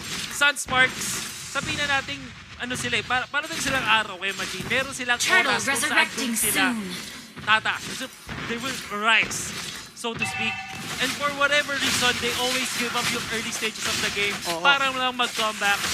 Sunsparks knows exactly how they're gonna deal with the mid-game. Kaya nakikita natin, kahit malamang yung kanilang kalaban, meron pa rin silang mga win conditions. Definitely, agreeing with you, Wolf. Actually, Brent, gusto na sana nila mag-back nun. Pero kasi naipit sila eh. Unfortunately, si Pew, nag-back na siya eh. Hindi nga siya dumaan sa bush eh. Kasi nagkaroon siya ng spider sense eh. Sabi niya baka na-deal si JP. Pero nandun nga talaga si JP. And kung magbaback sila doon without all the skills, without all the setups na meron sila, again, yung laban ng Sunsparks dito, pang malapitan, pang bruskuhan, pang suntukan. Meanwhile, yung Bren, pang malayuan talaga. So, kapag sa ganun kalapit, easy access si JP, easy access si Raplesio sa kanyang ejector, kayang ma-burst si Pew and si Paring Carl Tizzy. Kahit pa malayo, kahit pa sobrang taas nung damage output mo, kahit mag-invest ka ng sobrang daming gold para lang sa damage items, isang combo ka lang din ni Hayabusa. Definitely. The shadow kill is just way too strong. Yan yung kanilang condition dito para sa Sunsparks. Kailangan maganda yung pagkagamit ni JP. And so far, maganda naman yung galawan dito ni JP. And si JP ang magmumukhang make or break player dito dahil siya lang, siya, may retribution siya. That can, paunahan sila dito ni Few actually eh. Pero again, mas makakalapit kasi ang isang Hayabusa kaysa sa isang Granger. Granger, his only way to get in is the dash. The rondo. Pero si JP, ang dami. May 4 kang quad shadow, tapos meron ka pang ultimate. And look at this. Splitting them up. Sunsparks, katulad na ng kanilang classic na moveset, but Friendly Sports, they will group up. They need pa this. rin to. Sobrang bilis pa rin magpunito, pero may punch pa ang Sunsparks. Lusty. Okay. Oh, it's gonna be great. The first fall, hindi nila kakayanin dito yung Friendly Sports. Bago pa lang makalapit si Greed, pulado na siya kaagad. Sabi dito ng Sunsparks, wag na natin i-defend. Mag-push na lang tayo ng sarili Kontra natin. na lang. Kontra na lang. May ejector na magagamit dito. Is Coco gonna fall down? Mukhang hindi. Team Sunsparks dito trying to push the tier 3 tower, pero inuna yung wagon. Okay? So, Buying going time. bodies just to buy the time ang Sunsparks. Hindi ito yung talagang way for them to win. Not a play to win, but a play not lose. But JP, jumping, dashing it forward, pero mapapunish pa rin ng Bren Esports at kukuha pa nila yung Torres sa baba. Kiluwas na naman, nakapatay ng isa. At ayun, double kill. Wow! With the way of the dragon, sa mabo na maximum charge. This is overstaying. Alley-oop! Na naman! Nagtakita pa nila si Ribo. Triple kill para kay Kiluwas. Naghahabol, Ribo, buti na lang. Ibon, ang ibon. Ibang may line lupad, pero dito si Reflesha. Raplesha, again. Sabi ko na, wag mo ibibigay kay Raplesha yung mga hero na nang babalagbag. Naku po. Grabe naman yung alley-oop na yun, man. Op. Oh, ultimate gonna be used, but great. Moss over na nga dito at sinulungan pa nga. Wanna go for Lusty, medyo makunat man, Jim. Ako na si paring Lasty, tumatakbo na parang ninja dito, pero ayun na naman. Kala mo saan ka pupunta, sabi dito ni paring Kiluwas. Pero ang kunat talaga. Ang tagal, ang daming ginawa ng Sunsparks. Mahaba! Oh! Wow! That's a good connection. Kiluwas goes down. May kasama pang kill doon sa Hayabusa. Napakagandang connection with the stuns. Again, from Ribo, medyo nagpapakilala ulit dito si Ribo. Para sabi nila, all-star, malakas din ako. Sa akin, di naman ako tatawagin doktor kung hindi ako nag-doctorate. Tama naman. Sabi ni paring Ribo, tama. Ayan na naman, Doc Ribo, kumakatok sa pintuan ninyo. And because of the overstaying of both teams, doon nagkakaroon ng mga balik-balik. It's a classic type of 5-on-5 clash. May natira, pero bago may sa may sakit. na-start. Pero Nice the burst! Grabe naman yung mga tulakan doon ng Bren Esports and they'll get 2 kills. Hindi man lang tayo nakapag-react doon kay Majin. Sobrang bilis. Iba talaga pag Kimi Granger, pare. Kimi Greater, Iba talaga. sobrang lakas. Sobrang lakas. Lahat ng bala. 1, 2, 3, 4, 5, 6, 7, 8, 9, 10. Oy! Sabi ni Carl Tizzy, hindi lang ikaw ang pwede magpaputok. Grabe. Mr. View. This is the composition na nakita natin even in international tournaments. ginamit na ng Pilipinas, particularly Sunsparks. Yeah. Pinakita nila kung gaano kalakas itong combo na to. Tumama yung stun sa top pero hindi nila mapipigilan. Ang huling tore, tutumba na para sa Sunsparks. Can Sunsparks still defend this? Lumalaban dito si Gale, pero kulang na kulang yung dash steal niya doon. JP, nag-bait ng konti, babalik na naman, dash in, dash out, pero Flash out. ako po, tinamaan ang tatlong bala ni Pew. At mukhang eto na yata yun, Manjin. Tatlo ka nila ang napatumba. Mukhang aapat pa yata sila. Green, Telepole, there's the ultimate. Lusty will take it home. Kiluwas. Habang tumama ng Kimi Granger. Pew and Carl Tizzy, hindi gagana ang alley-oop ninyo sa dalawang marksman. Bren Esports Wow. will force game number 3 para sa ating unang serye. And this is what we expected from both teams, Manjin. Alam natin na itong dalawang team na to, hindi magpapatusin kahit sino sa kanila. Now, it's just normal for us to see the top teams playing for a 3-game series. Beautiful, ML. Expected, paring Wolf. Expected talaga. Kung ako sa'yo, ihanda mo na yung kape mo dahil matagal pa. Matagal pa. Matagal pa ang gabi, ladies and gentlemen. And I think yun yung naging kulang para sa side ng Bren Esports for game number 1. Kasi I-cancel nyo na yung mga plano nyo para cancel nyo na yung mga plano nyo. I-cancel Ito na nyo yun. na yung... Guys, G! Alam nyo kung saan ngayon mag-G, manood ng MPL. Exactly. Manood ng MPL dahil Wow. ang dami natin matututunan dito. Kapag may pumili ng Kimi sa first pick ng rank, pwede na rin pumili ng Green Gem. Hindi na cancel. Hindi na cancel ang double marksman Hindi nila. na cancer. Pero again, we don't try this at home.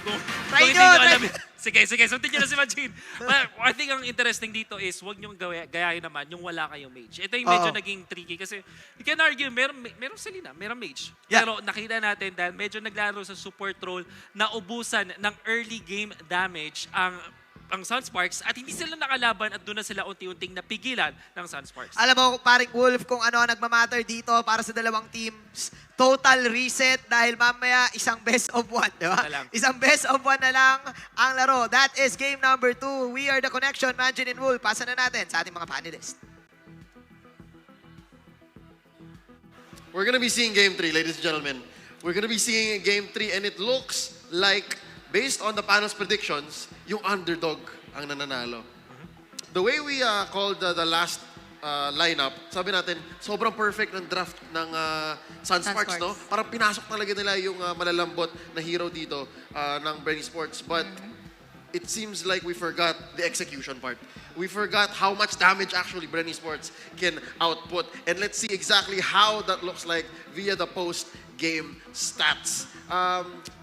Sino yung isang tumulig sa atin? The one that said Bren Esports Game 3? 666. 666. What happened?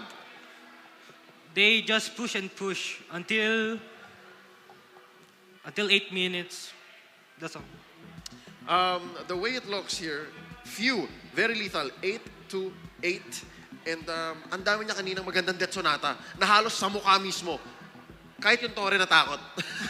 And here are a few of our highlights. Again, hindi siya kasing madugo nung game 1. Pero maaga pa lang bakbakan na yun. Pinapasok na sa likod ng Tore.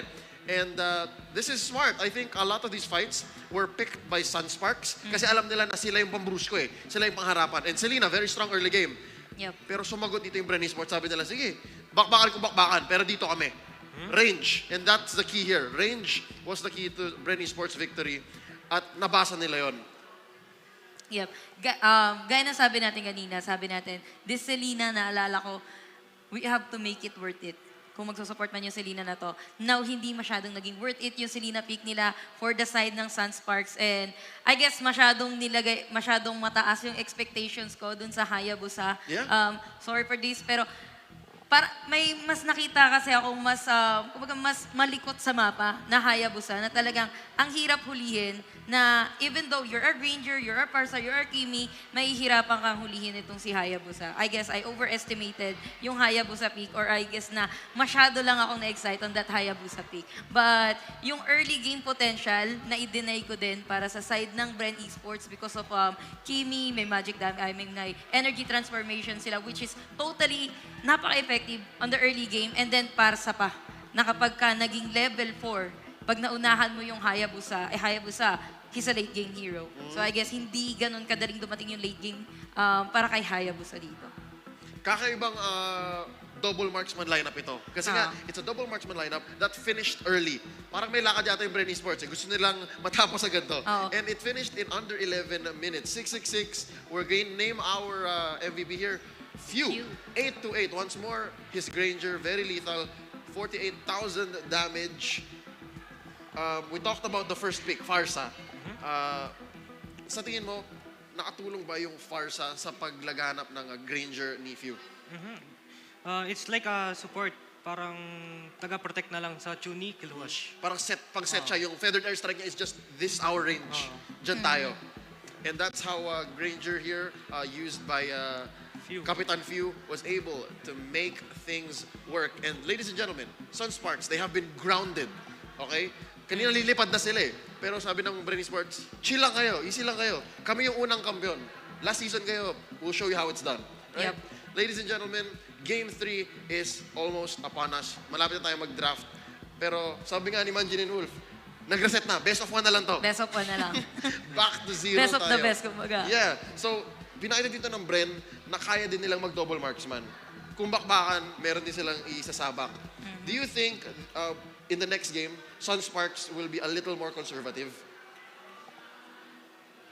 Well, I guess for Sunsparks dito, kanina hindi din natin nakita na may protect dito yung Bren eh. Kompleto yung lineup nila. They have their tank, they have their support.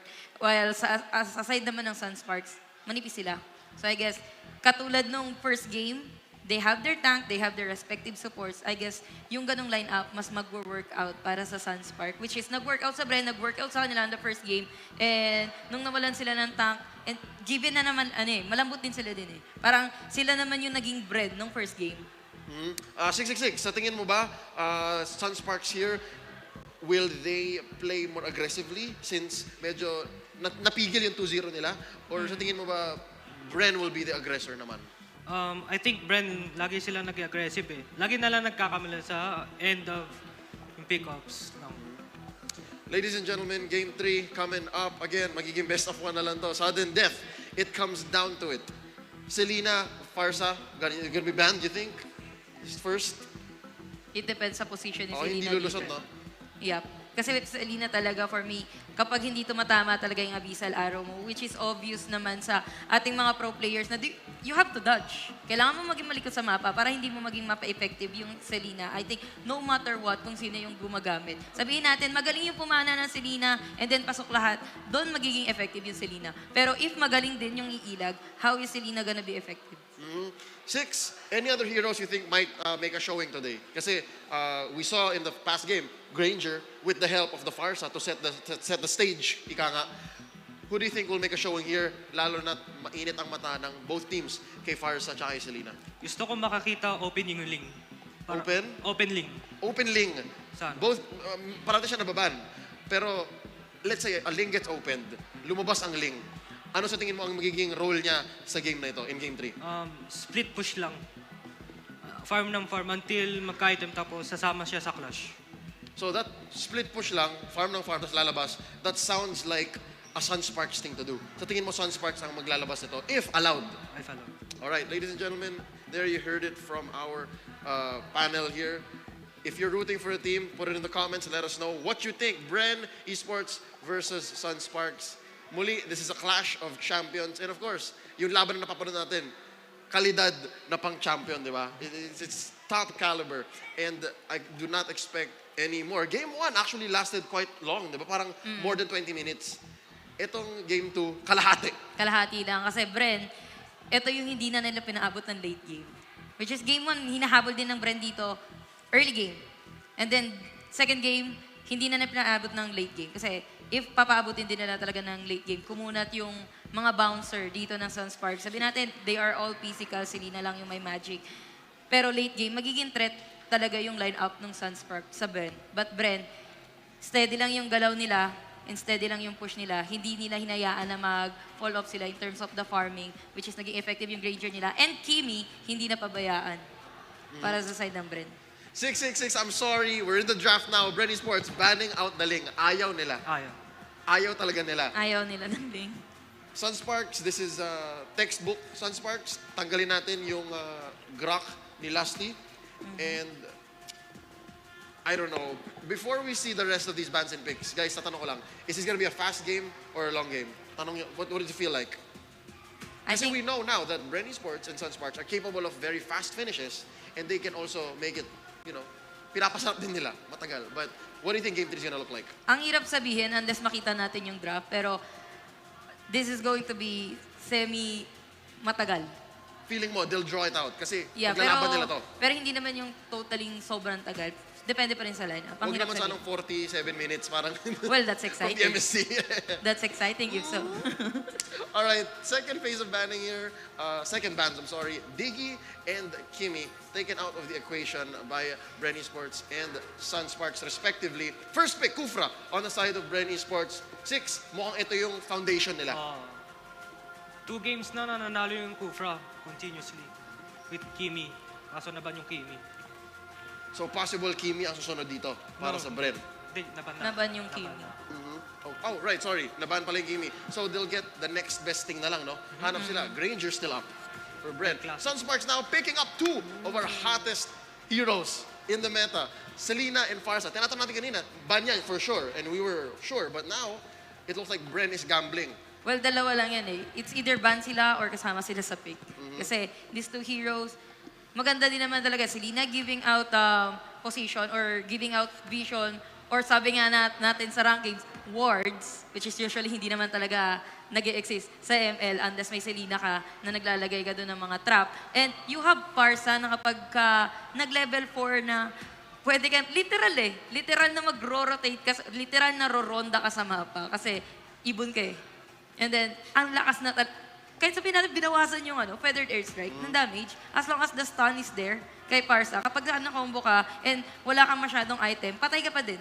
Patay ka pa din and sabihin natin, hindi lang si Parsa yung mag-isa. Oh. So, there are 2 or 3 sa members nila. Yeah. Well, Burst let me down. just add to the long list of good things about Farsa. Yes. Feathered airstrike can also help with clearing minions. Yeah. And in a very safe range. And, apakabilis lang ng cooldown ng Parsa. Sunsparks now, their last pick for this phase would be the carry. Pero pansinin natin yung Bren Esports dito, binabalik nila yung Uranus. And of course, the debut of Carmilla in the regular season. 6, why Carmilla? The 100% sure stun of Camila. No need to talk. Parang yung confirmed, no? Like Hylos. Hylos has a confirmed stun also. Na hindi skill shot. Yep. So that's a good pickup right there. Second phase of banning naman, it's gonna be Bren Esports respecting Kilowash's show. Sunsparks, they're like, Carl TZ, huwag ka na mag-cloud. That's good. We don't want to see that anymore. Second phase of picks, Tigreal. Is Tigreal viable here, 6? Because of the 3 melee, I think it's possible. Possible. I know some teams like SGD, the Dragons, sila gumagamit sila ng Tigreal. Linalabas nila yan. But here in this matchup, mukhang hindi pa oras ni Tigreal. Xborg picked up by the boys in black and the blue. Bren Esports now, mukhang sila naman ang nagpapakita, kami rin kaya rin namin mag-Tams and Hayabusa. Do you support this, Yas? Well, Bren Esports mukhang hindi pa sila sigurado sa lineup nila. They could go for Cho. I mean, they could go for Bruno pala. Or Hayabusa, as long as a hero that is late game kasi wala pa silang secured late game. Para sa side ng Bren Esports, you could go for Hayabusa kung gusto mong makapag-split push, mas mataas yung mobility niya, and mabibwisit mo pa dito yung Sunsparks kasi kung may hirapan silang hulihin dito yung Sunsparks, again, wala pang panghuli dito. Right now, yung Sunsparks, and you asked earlier kung maganda ba yung Tigreal pick. Well, medyo gasgas, pero maganda siyang i-combo kay Parsa as well as the Xborg kung makakapasok ka ng magandang implosion. Kaso they will pick Akaja instead. So, Kaja last pick for Sunsparks and Bren Esports. Ito na yung lineup nila. Kung last game, naka 2 marksman sila, mukhang utang yon from this game. They're not picking up any solid marksmen, no hard carries, kumbaga. Kasi they're putting all their eggs in the Hayabusa basket, kumbaga. So now looking at these 2 lineups, mukhang nag-switch roles sila from last game. 666, what are your predictions? What are your thoughts? I'll go for Bren Esports. All the way, Bren. All the way. So you know, that's the game 3, Bren. Yes? Gusto kong mag-Bren dito, pero gusto kong makita kung paano yung Hayabusa ng Bren dito. And just like I said kanina, kapag napalakas mo yung Hayabusa, kawawa yung lineup nung kabila. Pero if etong Parsa, hindi makakalapit yung Hayabusa because of the flame shot. Yeah. Hindi natin masyado na-highlight yung flame shot. Pero napakalaking game changer ng flame shot dito sa whole team. Pero I think this time I'll go for Bren. All right, well, let's agree for once in the series. I will also say Bren Esports because of the reasons mentioned, and of course because I just want to see the Uranus work. Ladies and gentlemen,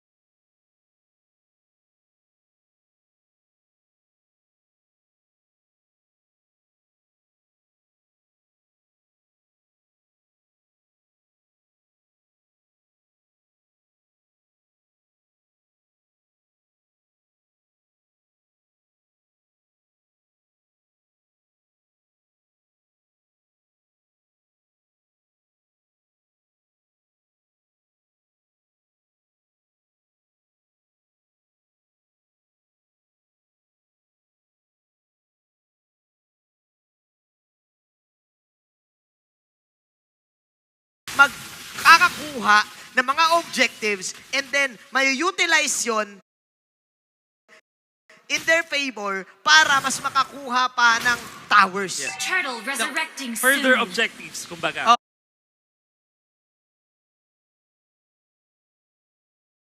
Kumbaga busy, tas si Rico may hatak pang kasama at kasunod. Namatay dito yung Valir, sabay Sun Sparks out agad.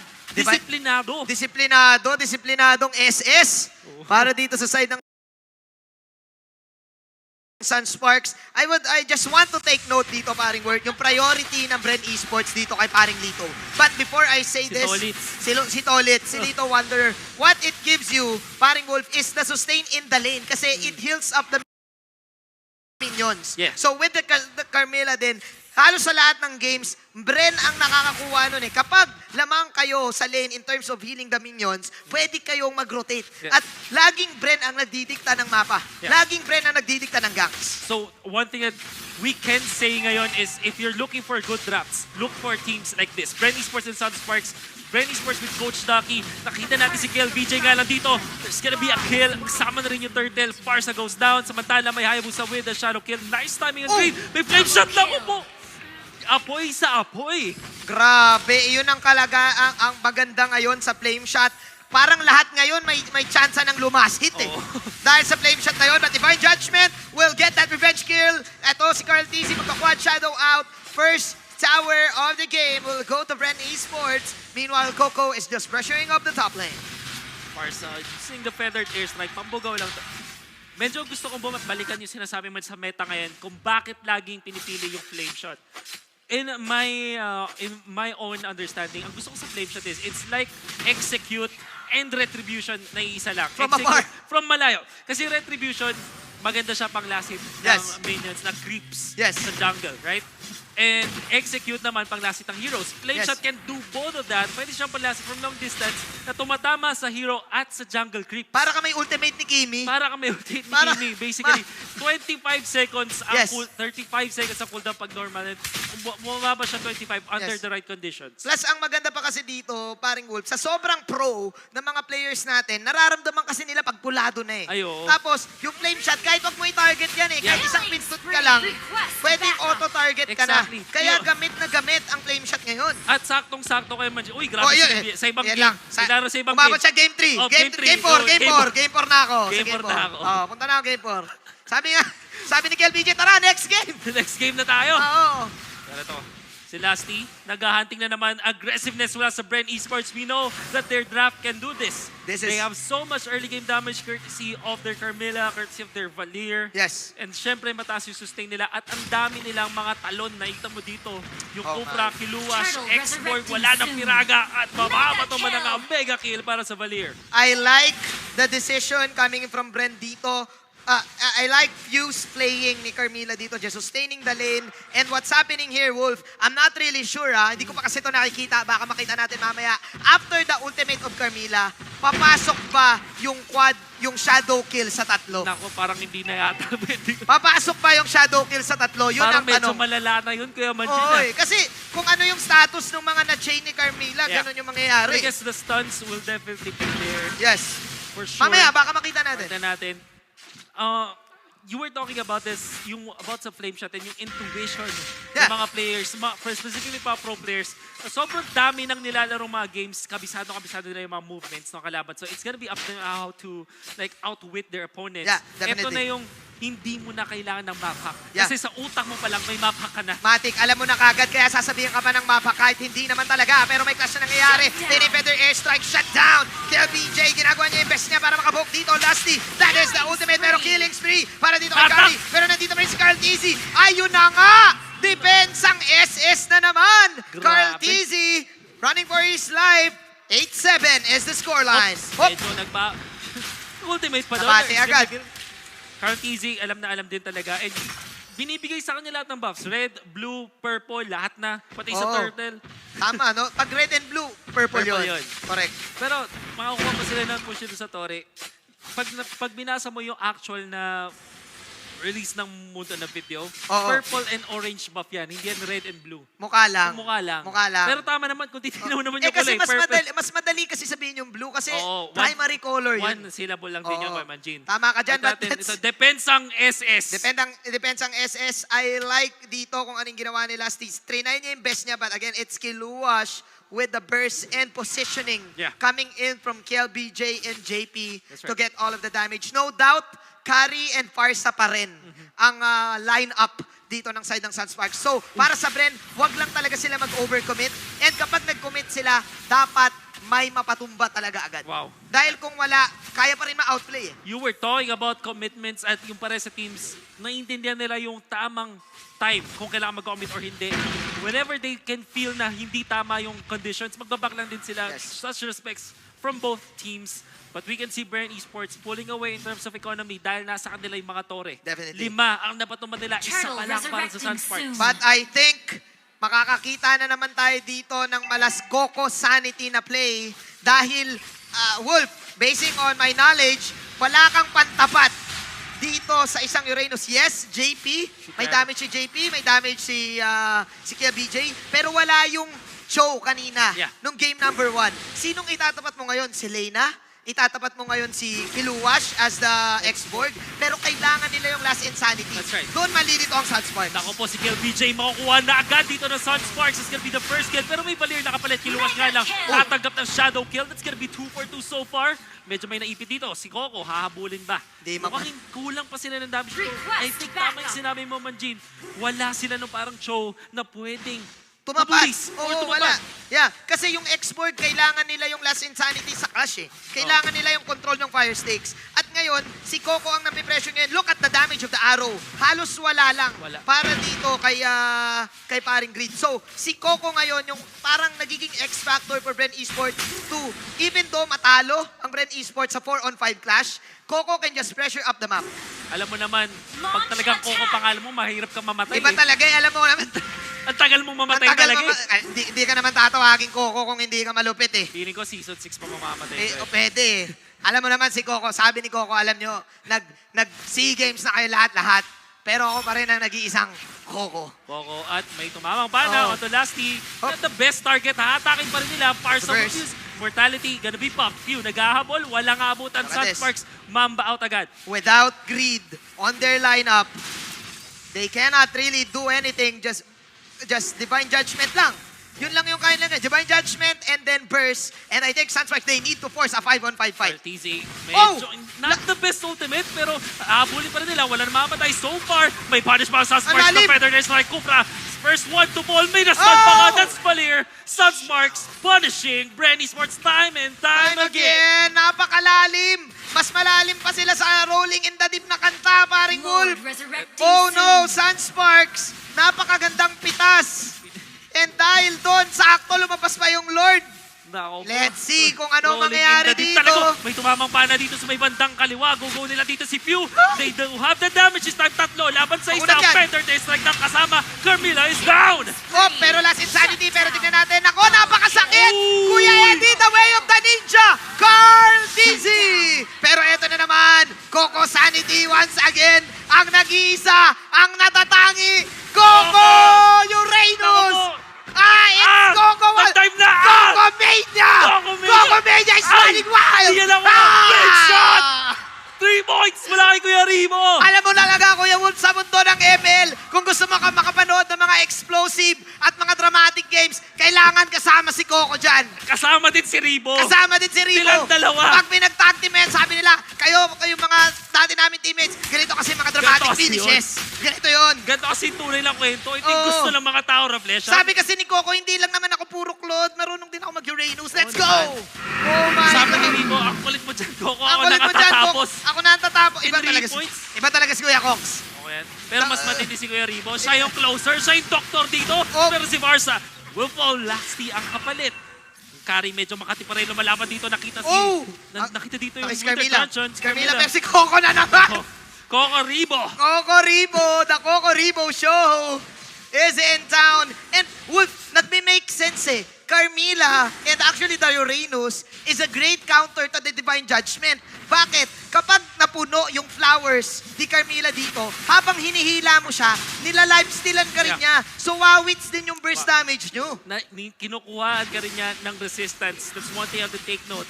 And maganda sana dito para sa Sunsparks is meron silang true damage gamit yung carry. Kaso medyo bababad ka muna sa harap and hindi mo pwedeng gawin yun. Merong Hayabusa bigla dyan, merong Valir agad. So even when you have the damage of the JP, ang nakakatakot dito is kailangan niyang tumagal sa laban. Oo. Hi, na-Q. It is 13 minutes in. Ang intense ng laban natin dito. Item check. Coco. Tamang swag na, tamang lakad lang. Pag pindot mo ng first kill, lakad-lakad ka lang bilang Uranus. Grabe. Sulit ka na, 9K gold. Oh my. Madami naman pinipindot. Oo naman, marami pero naman. pre, ano ka lang, kumbaga, they see me Swag rolling, ka lang, they hated. oo. Simple swag ka lang. Simple swag. Kumbaga, walking tall lang si Coco dito. Sabi ni Coco, matagal ako nagpahinga. Pero ito na. Ito na. This is it. Ganito na ang laruan ko ngayon. Oo. Manood kayo ng stream ko. Panood kayo ng stream ko, like and share. Ganito mag-Uranus, guys. Grabe. And wala talagang tatapat eh. There's no... Carry lang ang nagiging option dito ng side ng Sunsparks to get this Uranus. Yeah. But yung carry, kailangan din sa mga team fights. Kasi without carry, wala kayong damage. Yep. Ito na yung problema ngayon ng Sunsparks. How will they defend against Red Esports? Mukhang i-overfit nila itong top lane turret. And indeed, it will happen. Not much shootout para sa Sunsparks. Ang hirap ng defense sa taon. Ang kulat ng Bren. Tier 2 sa gitna. Tier 3 sa gitna. Mapapatumba na. And Coco is still alive! Ang dami na nangyari dito. Few is falling low once again. Pero yun na yung damage ni Carry. Two-man Lusty! knock-up na bumula kay Lusty. Pero masyado siya malalim dito. Coco still trying his best. Walking tall. Pero yun yung winter touch na magaganap dito. Double kill. Para dito kay JP. Siya na. Ayan na. Tinatarget niya si Cox. Pero alam mo naman, Coco is still alive. But Sunsparks defense is indeed real. Cartesi, by the way, nakapag-push pa dun sa may baba. Habang nangyayaring gulo dun sa may bandang gitna, nakakuha po siya ng pangatlong turret. Para sa Bren Esports, again, Sunsparks finding themselves without turrets anymore. I think this is Bren Esports going too deep talaga sa mga situations, underestimating the crowd controls, the damage na merong ginagawa ang side ng Sunsparks. Again, time and time, paring Wolf, Sunsparks, hindi rin sila papayag ng easy basket. Yeah. Para sa mga kalaban, marami na silang games na kagaya nito, mga tight situations. So they know the discipline kung kailan papasok, kailan magdi-defend. Yeah. Ang problema nga lang, Manjin, isa lang yung kanila nakuha Torre as compared to 9 turrets na nakuha ng Bren Esports. So, Napakalayo. even after defending, feeling ko kailangan pang matalo ng Bren Esports ng 2 or 3 times kasi ang layo pa nung hahabulin dito ng Sunsparks. Napakalayo talaga. 17 to 16. And again, si Pew kasi, ang tagal din nila mapatumba eh. Because of the sustain plus Carl TZ is there para manggulo. Because of the quad shadow, Sunsparks, magdadasal pa sila dito ng napakarami para lang makuha yung damage na gusto nila. And what they need to do is to protect JP at all cost. Dahil si JP lang ang nakakuha ng Yes, damage dito. that's right. For sure, setups all the way for other people. But again, man, ang hirap. Even Coco, kanina pa natin pinopoint out, 1 death pa lang. You have to see JP, 1 death lang. 1 death lang din. Sinasabi mo na kailangan siya protektahan. Mukhang protektado naman Manjin. And Oo naman. you can see yung galawan ni JP, only 1 death. Despite Sunsparks trailing behind so much. Ito yung isang bagay na kailangan mong i-take note sa mga marksman, one of these. Mga gusto maging successful marksman, dapat hindi ka mamatay agad-agad. Definitely. At hindi nila nagiging problema dito yung Last Insanity. Kasi makukunat sila. Si Ribo lang ang pwedeng ma-burst ng Last Insanity dito with the combo of the Feathered Airstrike. Lord, But resurrecting everyone, soon. even Carl TZ can dodge out all of the damage. Definitely true, Manjin. Bren Esports still ahead. Sunsparks, hirap na ngayon. Hindi makalabas para makakuha ng buffs. All belonging to Bren Esports at this point. And this is a free Lord para dito sa side ng Bren Esports. Very unlikely naman ako ng Sunsparks unless a miracle happens right now. Kailangan nila ng magandang Feathered Airstrike. Pero nagamit na. Raflesha, half health na rin. Hayabusa, Justrea, ako, yun na. May nanakap na. Tignan natin si JP dito. Numanormal lang sa panagilid. Lasty, siya ang unang mawala. Last Insanity, nako. Si Kiluwas, ginulo niya yung Lord, pre. Nako Pero po. napatay dito si Paring Selena. 1-1 situation. That is great na nawala dito. Pwede i-strike with KLBJ. Coco, mamatay kaya siya.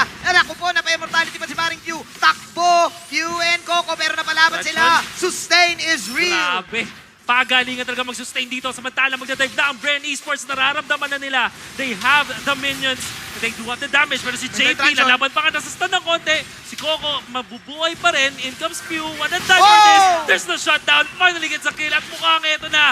Bren Esports to take the series. It's all about the sustain. Coco Sanity is back. Bren Esports getting series number 1. Kitang-kita ko ang titig sa mga mata at sa labi ni Kuya 666. Iba talaga. Iba talaga. Walang kabayas-bayas. Walang kabayas-bayas. Kuya 666, kahit mukhang poker face lang yan, nakikita mo sa mga mata niya na sobrang saya niya. That's my friend. That's my friend, Coco. Upwards ka yan. Upwards ka yan. That's Still, my friend, Rebo. Sunsparks, even when we saw yung dalawang games na hindi naging pabor nila, we can still say, iba din talaga yung kalidad ng mga players na to. Sobrang tindi na kanilang mga depensa, kanilang mga galawan. Their draft is also good. It's just that Bren Esports, the better team today. Yeah, and in terms of experience, kung iisipin mo, Kuya Wolf, sa mga ganong situation, sanay din si Few. Oo. Sanay din si Lasty. That's right. Sa mga ganong type ng late game. Pero, Yan na! eto Coco na. Sanity. Coco Sanity is back! Yan ang, alam mo naman, guys, sa tinagal-tagal ng MPL, sa tinagal-tagal ng Mobile Legends, kung hindi ka pa rin fan ni Coco, ewan ko na lang. Ewan ko na lang. Hindi mo kilala si Coco. Ang tropa namin yan, sige ako. Nako, mukhang masaya na naman ang mga atabs ni Boss Jerry Ocampo. Ay, oo pala kay naman. Boss Jerry Shoutout kay Ocampo. Boss Jer. Oo, pero ngayon mukhang ibabalik na natin sa panel. They will dissect what happened there. That has been Manjin Wolf. Hashtag The Connection. Passing it on to Leo and the panel. Congratulations to Bren Esports. Thank you so much, Manjin and Wolf. What a game. Sabi ko na nga ba, hindi ganun-ganun lang magpapatalo either teams. But I think this time, we owe ourselves a pat to the back kasi we got it right. Bren Esports takes the series. The panel agrees 3-0. Here's the last game by the numbers. Coach, 666, these are your boys. Masaya ka nga ba, sabi ni Manjin? Masaya. Sobra. This is what they did essentially. Iisa lang talagang carry nila, si Carl lang. Tapos lahat sila naka-hard sustain. Yup. So- Parang na-funnel. Na-funnel lahat kay Carl TZ. Tatlo yung nakita kong naka-mask dito para sa side ng Bren Esports, which is binuhos nila lahat, both kay Pew and kay Carl TZ, mostly kay Carl TZ. Yeah, and then for an interesting position here, for Coco, support Uranus yan, pero yung farm niya, pangkor. Yeah. So, Kita mo na it's- lang, alam mo, kung siguro titignan natin yung comment section, hindi daw nauwi itong si Coco. Para siya walking fountain. Walking fountain na tong si Coco. Yun Talaga yan. walang uwian. Yeah, and Carmina as well. Yeah, this reinforces again the fact that it's a Little Wanderer world. Di ba? Basta mo yung Little Wanderer, Yep. mabubuhay ka. And here we see one of the first big fights in the game. Ito yung sinabi nilang yung depensang SS. Oo, Sunsparks Sunsparks. defense. And then they won that. Kasi nga, trained lang si grid for 3 other members. At ito, early signs. Maagang na-happy def ng Bren Esports ng Sunsparks. Yeah, true. All 3 lanes penetrated. Pero at that point, yun nga, it's a losing battle. 6. In a situation like that, sabi nga ni Manjin and Wolf, sanay na itong mga players ng Bren sa ganon. Talagang tatapusin na lang nila yung game. Ano sa tingin mo yung pwede pang out ng Sunsparks doon kung kinaya pa? Lagi na lang, dapat pin-farm lang ng todo yung carry. Kaso wala na eh. Sobrang in-invade na sila ng map presence nila. Hindi na sila makaangat. Kaya ganun. Yeah, and then nothing against Kilowash. Kilowash was very good in this game. It's just at some point, wala na nagagawa yung Last Insanity kanina. Parang nakikita ko nasa stress na siya eh. Like, nag-Last Insanity na ako. Ano pa gusto niyong gawin? Oh, wala na. Kasi yun na lang talaga yung pinaka, very definition ng isang expert. Your last insanity. And also, take note, sabi ko kanina, gusto kong makita yung Hayabusa dito ng side ng Bren Esports, which is, eto yung hinahanap kong Hayabusa sana for the side ng Sunsparks, na Hayabusa, ang effective sa kanya, blue buff, not red buff. Well, in this situation, Bren Esports, wala naman silang marksman eh. So, sino kukuha ng red buff? Yeah. And Hayabusa, mas effective sa kanya yung blue buff kasi mas mabilis mag-regen yung stamina dito ni Hayabusa. And Hayabusa, kahit sabihin natin namatay siya, isa, dalawa, but still, bayad na bayad. Ito yung Hayabusa na hinahanap ko talaga Isa kanina. lang. I saw isa lang, ang death ni Carl TZ. And that's well earned.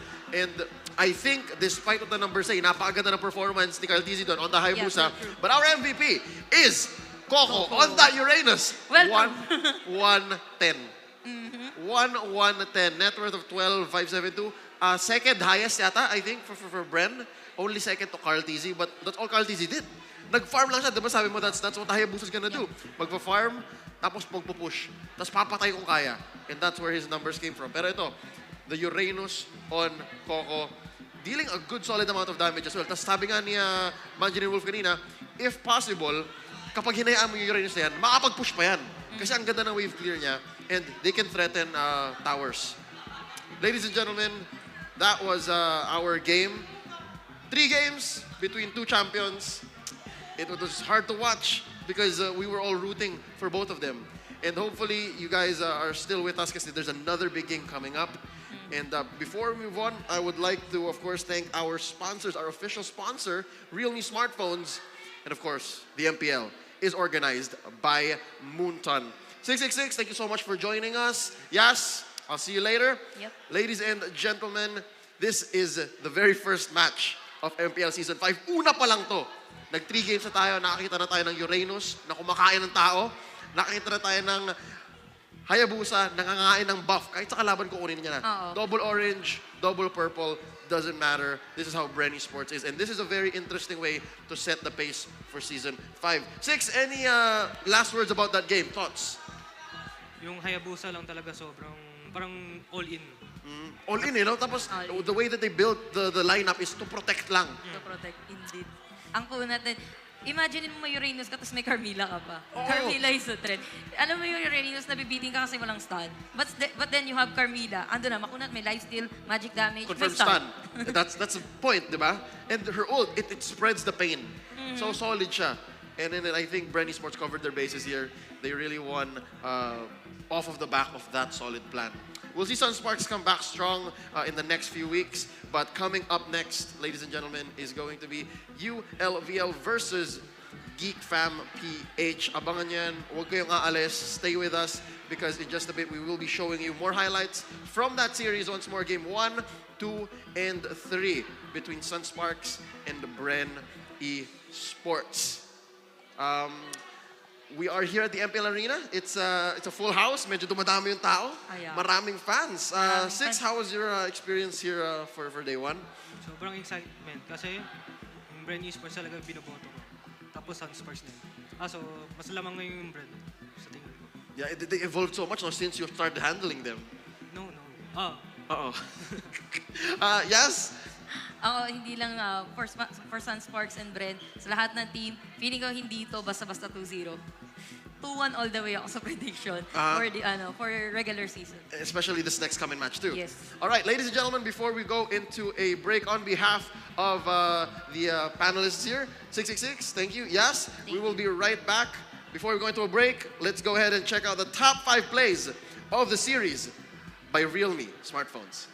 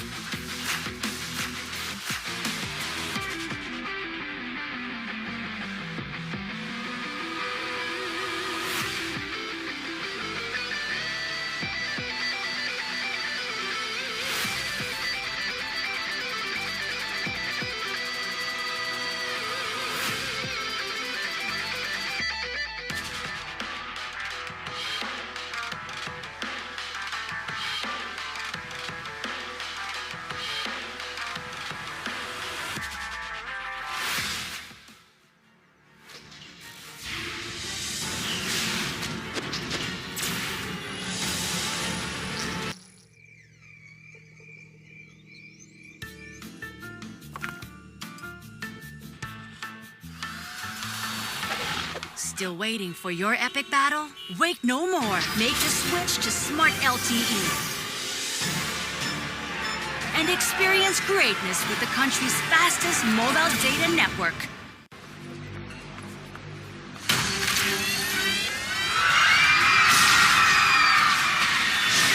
Are you game to be great? Now you can. with the new Smart Giga Games 99. Get 1 gig data all day, every day, for Mobile Legends and more. Game to be great with Smart Giga Games 99.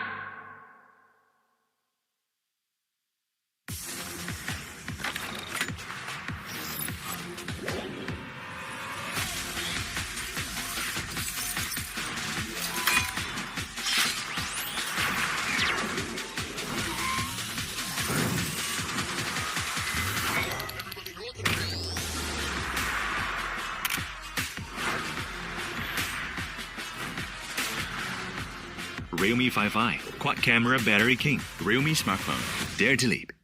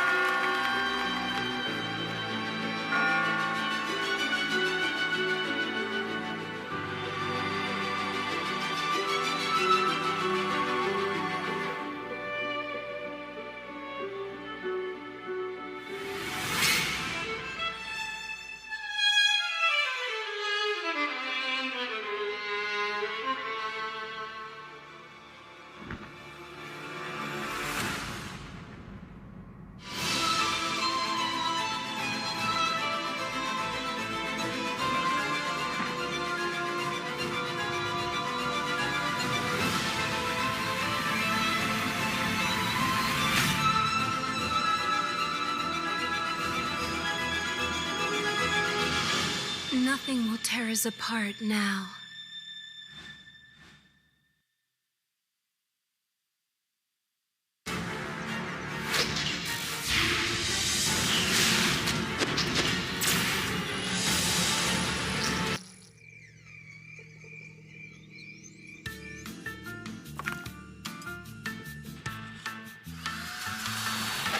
Still waiting for your epic battle? Wait no more. Make the switch to Smart LTE. And experience greatness with the country's fastest mobile data network.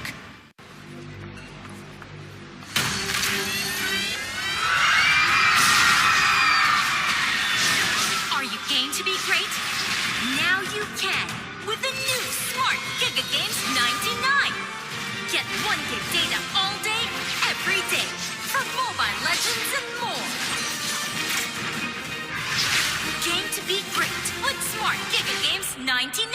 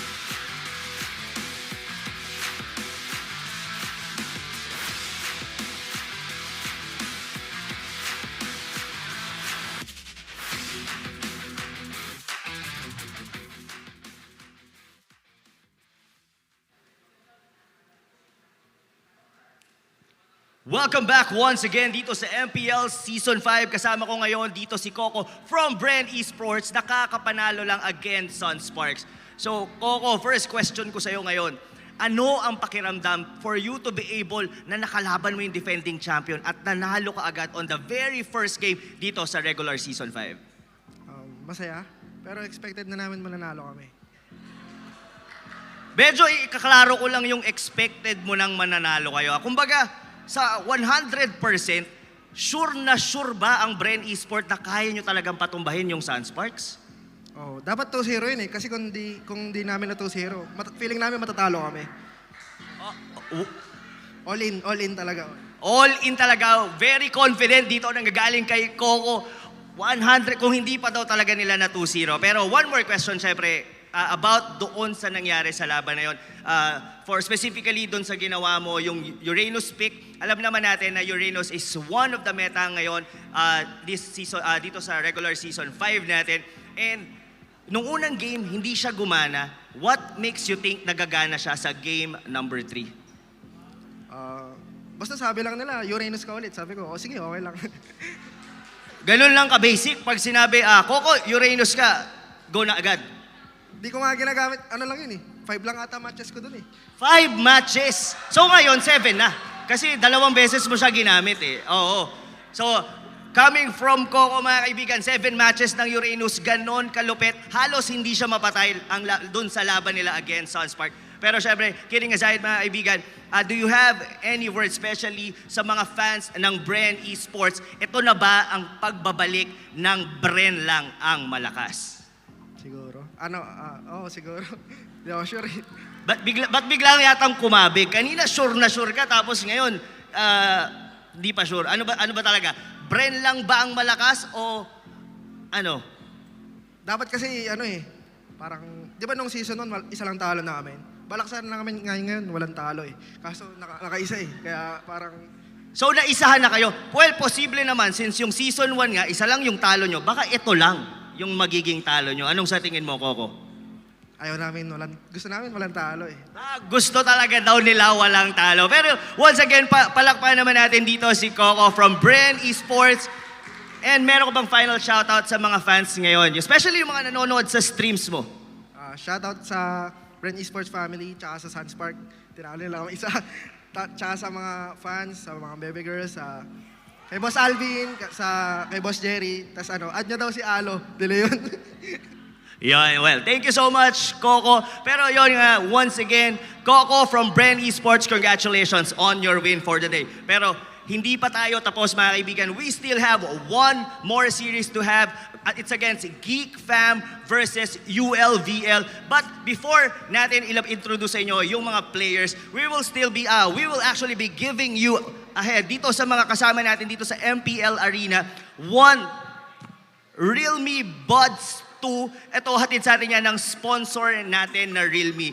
And I just want to ask kung nandito pa ba si Mr. Raymond Surya Umali. Sure, may ID ka ba to bring it out? Yeah, come here on the stage, Sir Raymond. Congratulations. Joke lang. It's okay. Come here, up on stage. All right. So, congratulations. So, pasalamatan mo naman ang Realme. They will be giving you away this. Ito yung pinakabago na edition nila, the Realme Buds 2. Shoutout nga pala sa Realme. Thank you sa Realme Buds 2. Ayun. Saka, shoutout din sa SS kahit talo. Idol ko pa rin kayo. Yon, shoutout sa SS. And maraming salamat to Raymond and as well to our sponsor, Realme. Alright. So, syempre, wag na nating patagalin mga kaibigan. Our second series of the day, it's gonna be against ULVL versus Geek Fam. Una nating i-introduce ngayon ang isa sa mga pinakabagong team dito sa Season 5. Fresh from the qualifiers, pinakita nila over 400 plus teams na kaya nilang bumilang sa mga professional athlete natin dito sa Mobile Legends. So let's give it up for ULVL!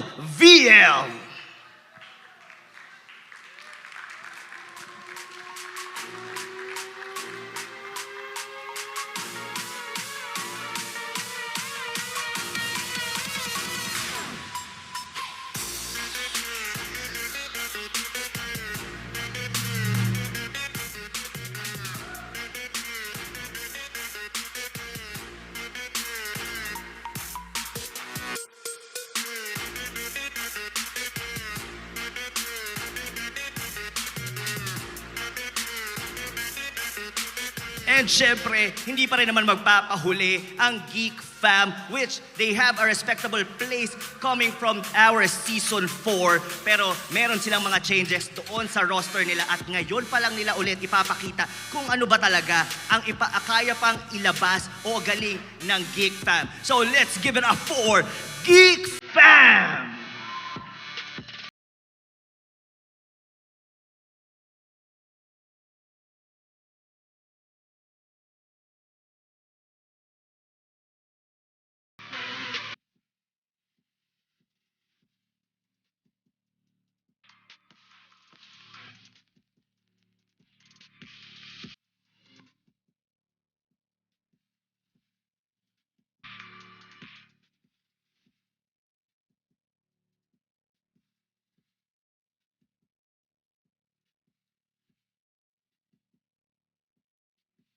All right, so let's go ahead and call the captain of the respective teams, Deb from ULVL, and of course, why not from Geek Fam. All right, for you first, Deb, siguro the best question is, now na nandito ka na ngayon sa MPL Regular Season 5, ano ang pakiramdam? Siyempre, unang-una masaya kasi ito yung pangarap ng lahat makatungtong sa main stage. Ayan. Yun, pangarap para makarating sa main stage. Pero ito lang, Deb, lalo na ngayon na nandito na kayo, makakalaban nyo, especially isa sa mga respectable team dito, ano ang kayang ipakita ng ULVL na hindi pa nila napapakita, especially on the qualifiers? Panibagong rotation, pati mas disiplinadong laro. Mas disiplinadong laro. Yan. Let's give it up, guys. This Deb from ULVL, the captain himself. Pero dito, naman tayo ngayon sa ating Geek Fam. Kilala nyo ng lahat. Walang iba kundi si Why Not. Why Not? Alam ko hindi ka na bago dito sa regular, especially from Season 4. Ano ba yung mga naging bago sa team ng Geek Fam ngayon na para sumabay or going potentially sa playoffs natin? Well, we acquired new players sa team. So, that's something new, obviously. Plus, we're trying to integrate, different play styles, different heroes, perhaps. And hopefully, it works out. Hopefully, it works out. And I'm pretty sure naman, everyone had their own practices and scrims. Pero, syempre, bago natin simulan ang laban between ULVL and Geek Fam, shake your hands, guys, just to make it official. All right. Lahat yan, guys. But yon, habang nagsishake hands dito yung mga players natin, I will be throwing you away to our panelists. Let's hear kung ano pa yung mga sasabihin nila about these two teams. Let's go ahead for Leo, Yasu, and Prof. B. Ladies and gentlemen, welcome to the second series of the night. You're watching us live, broadcasting from the MPL Arena here in the heart of Makati City. Welcome to ULVL versus Geek Fam. Yasu, Prof. B, welcome. Yasu, good game last series. Yep. Prof, kumusta? Sobrang excited. Siyempre, sobrang excited. From the first series, pinakitaan tagad tayo ng defending champ. Though, hindi maganda ang kinalabasan ng resulta, pero binigyan pa rin tayo ng magandang laban. Now, ito yung inaabangan ng lahat na isa rin na mainit. Of course, Geek Fam versus ULVL. Alam natin from Season 4, Geek Fam coming out from qualifiers. Di ba? Eh, nakapasok sila sa regular season. Ngayon, ito rin, ULVL from the qualifiers. So parang bibinyagan mo galing na kami dyan eh. Di ba? Somehow, nagkaroon silang position like 5th or 6th place ang Season 4 ang Geek Fam. Ang ULVL, ipapakita nila ngayong regular season. Before we move on to discuss this next matchup, we would like to thank our sponsors, our official sponsor, Realme Smartphones, and of course, the MPL is organized by Moonton. Prof, we were talking about ULVL, and of course, essentially, it's a sophomore versus the rookies, di ba? Parang si ULVL, dadaan siya doon sa nanggaling na doon. And it's essentially trial by fire for ULVL here. But they are not, sabihin natin, hindi sila bago dito. Some of them, natuto na ng MPL, such as Escanor, such as Secret. From way back. But I think the real story here is how they will affect this new season, this landscape. Kasi ang lalakas as you said, Brainy Sports versus Sunsparks, ang tagal ng laban. Yep. At ang daming naipakita. So what will the boys in orange bring to the table? What can you expect? Kasi Yasu, even you and I mostly are a little new to ULVL. Save for little members, what do you think we can expect from it? Ano gusto mo makita dito sa mga bago? Ang gusto ko makita dito sa mga bago is bagong meta. Bagong meta, like talagang game-changing or meta-shaping ng mga laban dito. Kasi sila yung bago dito. Last season, sino nag-shape ng meta? Well, Onyx and ULVL and BSB, sila yung two teams, or kasabi natin bago salita dito sa MPL, though they have the experience. So, given na may experience sila, so bibigyan nila tayo ng mas maganda pang matches. Yeah, kahit nasabihin natin rookie sila, it's not coming from nothing, right? Here, Escanor, Deb, Basic, who is an M1 competitor from last year, Unseen, Chu, and Secret, yung mukha nila, they have something to prove. Feeling ko lang, Prof, what do you say? Mainit si Deb eh. Tinan mo naman. Anda, naka-game face on. Yep. Naka-game face on and nakita mo yung determination from the side of ULVL. You, I think, have a little bit of like experience with them. Like you've seen them play in other leagues and of course into the playoffs. What can you say about their performance here in this matchup against Geek Fam? Anong nakikita mo? What are your predictions, expectations? For tulad ng binanggit kanina ni Yasu, yung nag-shape ng bagong meta, yung Onyx nung season 4. Now, kasi isa ako sa nag-cast nung nung qualifiers nila eh. So nakita ko isang ULVL sa hindi takot mag-try ng hero with regard sa kanilang mga laning and of course mga drafting. Yep. On the other end though, this is Geek Fam, the sophomores who are here to prove that they are worth the top spot this season 5. Curtizi, CKTD, why not exhort May and Gio? Itong mga to, matagal natin kilala itong mga to. And they're all known for certain play styles. Still led here by Captain Y and Not. Yes, what can we expect from Geek Fam here? Preface lang, disclaimer. A lot of the people I've talked to, analysts, critics, fans, para sinasabi nila mainit ang Geek Fam ngayon. Can you tell me why that is?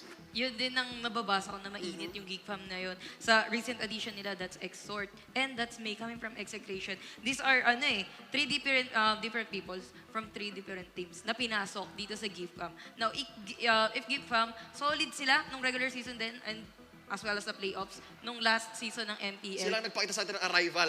Sobrang Arrival. dami arrival. Yep. And actually, hindi lang MPL yung parang inihain sa atin na Geek Fam. Meron ding other tournaments na may inihain sa atin dito, especially itong si Why Not. Kumbaga, one of medyo naging meta shaper din yung Geek Fam dito, or at least hindi pa man sila Geek Fam before. Yeah. Prof, thoughts on Geek Fam? Geek Fam, alam mo may part kasi sa akin na itong ULVL at Geek Fam almost same ng playstyle eh. Tawag ko nga sa kanila is Kenkoy team eh. They have the na kakaibang draft na nilalabas nila which is hindi sila takot. 'Di ba? Ang edge lang dito nakikita ko sa Geek Fam kasi nagawa na nila season 4 sa professional league. 'Di ba? So kung magta-try sila papasok dito sa season 5, parang mas komportable na sila. Parang alam na nila. Oh, alam na nila kung ano yung maaring result. 'Di ba? Now, if yung ULVL gagawin yan, most likely sila yung bagong Geek Fam nung season 4. Mangangapa pa rin sila. Yun yung pasok nila. Yun yung pasok nila. Unless, alam naman natin sa bago, meron tayong mga hindi pa nakikita. Yun ang kaabang-abang. Sa side ng back. X factor. Exactly. Alright, so now we're talking about how this matchup is gonna look. Good segue, Prof B. I'll ask you now, what kind of match do you think this is gonna be? Kasi yung kanina, Bren versus Sunsparks, madugo, di ba? Parang even if the game was fast, or sabihin natin almost 30 minutes siya, ang daming kills. Double-double almost always. Even if it's 10 minutes, even if it's 30 minutes, what do you think is gonna happen here? Geek Fam versus ULVL. For me, nakita kasi natin, kasi for the first series, pinakita na tayo ng meta eh. The Digi, sino ba yung parang kilalang team na gumagamit ng Digi and known as using Digi? Of course, Geek Fam. Why not? For sure. Why not, of course, si Kapitan Why not? Si Shaolin ML nga, di ba? Si Shaolin ML. Now, nakita kanina, bumabalik yung Digi, na-scout na rin, of course, na ULVL. Most likely, it's either a respect ban or still pick. And gusto ko rin makakita ulit ng Nana ni Ansin. Nana coming from qualifiers. Madami nag-aabang sa Nana. Sabi ng isa, hinihintay niya daw na may maglaro ng Nana para sa ranking spam Nana na. Oh. May rason siya. Sabi ko, nakita ko sa MPL yan eh. So, huwag kayong magalit sa akin. Oo, ganun naman lagi. And Kung ano yung nakita mo sa MPL, ba't hindi mo i-apply sa ranking? Kasi Oo. effective sa kanila. Kung effective ba talaga? So malaki yung responsibility ni Ansin dito. Siya may kasalanan. Kasalanan ni Ansin to. Yes. What do you think is gonna happen here? What kind of matchup is it? Besides expecting to see Nana, sa tingin mo, ULVL versus Geek Fam, anong klaseng bakbakan to? Etong matchup na to, feeling ko makikita natin different, iba-ibang playstyle. Kasi meron dito, una sa ULBL, sabi mo nga kanina, Prof. B, may import sila, pero Pilipino din naman, which is basic. So sabihin natin nakalaro na ni basic dito, yung mga taga-ibang bansa. So we all know, mga taga-ibang bansa, may iba din silang heroes or may iba din silang meta na ginagamit dun sa lugar nila. So sabi mo din, ito yung dalawang team na Kenkoy team. Oo, Kenkoy drafters. Yung, kumbaga magda-draft sila, pero yung mapapaisip ka eh. Yung Liliko, mapapalaga yung kamay mo sa baba mo na, gagana kaya to? Oo, yun. Parang ganon. Kumbaga sila yung maghahain sa atin ng new heroes and iba-ibang playstyle. May aggressive, may defensive, merong invade. Mga ganon. Yeah, so you mentioned already yung Kenkoy draft. Yep. So let's talk about expectations here. I'm sure, given that these two teams, ang playstyle nga nila, and ang characteristic nila is, yun nga, very, sabihin nating, unpredictable. Mahirap. So I'm not gonna put that kind of pressure on you. Instead, ang itatanong ko na lang is, what kind of heroes can we expect? Sinong magiging priority ban siguro? Kasi ayoko sabihin priority pick eh. So sino na lang ang magiging contested dito na heroes? Let's start with you, Prof. B. Priority ban, it's either Selena or Diggy. For sure. At least one or the other. Yes. We mentioned earlier in the previous series kung bakit Farsa is one of these heroes, right? Na kung bakit siya mainit ngayon. I want to go deep into that with Selena. Why do you think Selena is worth the priority? For Selena kasi kung naalala niyo yung panahon ng Cho, first pick, nakaka-psycho. It's either damage Cho or magiging tank type. Hindi mo alam. Hindi mo alam. Now, etong Selena most likely naglilin kasi to sa sa support. Yep. Pero what if bigla siya naging core. So may part na nagsasayko ang pick ng Selena which is makakasira sa drafting ng magto-2 picks. So bakit pa natin pakakawalan yung magpapahirap sa atin? So iban mo na yan. Oo, iban mo na. Kung hindi natin gagamitin, huwag natin kalabanin. Kung wala tayong plano. Wala tayong plano gamitin, iba na natin. It's such a risk, leaving it open. Exactly. Yes, your thoughts, priorities, bans, maybe even first picks if you can. Well, ako, going pa rin ako sa Selena and Villiers. And yun pa din, still the same, kung sino yung makakakuha ng early buff, kung sino makakakontrol ng buffs dito, sila yung may control sa game. Okay. From theories to reality, ladies and gentlemen, the draft has begun. Game 1, ULVL versus Geek Fam PH. Geek Fam, ang unang magbaban, pipili, sasagot ang ULVL. Of course, it's the Grok and ULVL. Prof. B, you said it, Selena. Selena. Yan. And let's see. Now, and there you go. Out na rin. Sinabi ni Yasu is Farsa is out. Parang tumatalino tayo. We're starting to get it, right? We're Actually, understanding kanina now. ko pa din napapansin yung ban sa may Grok. Kasi we're talking about nag-i-invade. Especially the blue buff. Yeah. Yun ang gustong-gustong i-invade nating lahat. Grok is one of the heroes na ang lakas mang-invade. Yeah, his damage Power output of early nature. on. Is just... And then, recently, nauso yung flame shot, which is hindi natin masyado na-highlight kanina in the first game. Nauso yung flame shot. Yung mga tanks ngayon, even the supports, the mages, They'll use flame ginagamit shot. nila yung flame shot to defend themselves, lalo na dun sa mga walang masyadong mobility. Yung sa tank naman, to stay close dun sa kalaban, like pushing them back kung nasan yung mga kampi nila. And Flicker now is almost as important or maybe less important than flame shot, diba? These Exactly. days. Ang maganda kasi sa flame shot, yung cooldown. Oh, Ang bilis. Kumbaga makakaisang flicker ka, nakatatlong flame shot na ako pag nakikita tayo sa daan.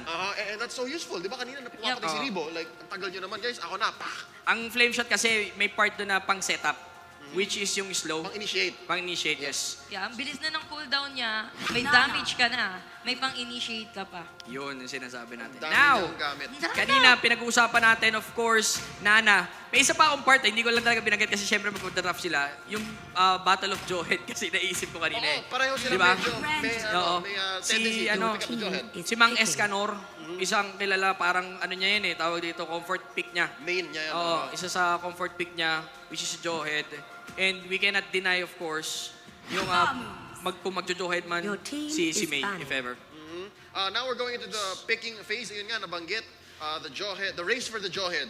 ULVL won that despite being on the second picks. Pero yun nga, Geek Fam prioritizing the show. CKTD special, of course. Yes, of course. And then, yun nga, sila ang nanguna sa Nana. So that's such an early Nana. May part, ayun, binana nga si Tiki. Your team is banning. May part kasi dito, panira Panira si Nana sa Clash. May time the smooch, di ba? Kung sakali mag-engage kayo, pagpasok dito ng isang Johead, automatic smooch, hindi mo magagawa yung gusto mong quick combo for the quick pick-off. So nakakasira ka ng rotation talaga pagka may Molina sa paligid. And what's more, if may slow ka or may disable ka ng Molina, ang follow-up Your niyan, team yung is ulti na niya agad eh. Exactly. And then she's, that's again, maladigi ang effect ng isang Molina. Kasi Oo. para siyang vision. Exactly. Nakalatag na. Nakalatag na. Now, look at this, 4th and 5th pick. Tignan natin kung ano ilalabas. Main tank, of course, wala pa main Wala tank pa ang na. Geek Fam. But again, that Uranus. show could go either way. Yes, yes, exactly.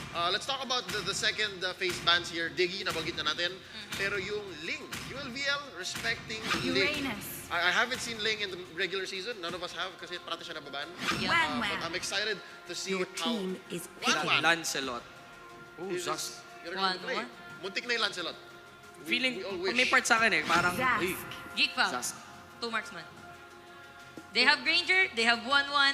Ano ang plano dito ng Geek Fam? They only have Tamos para sa tank nila. And then, pumili sila dito ng Nana para sa side ng Geek Fam.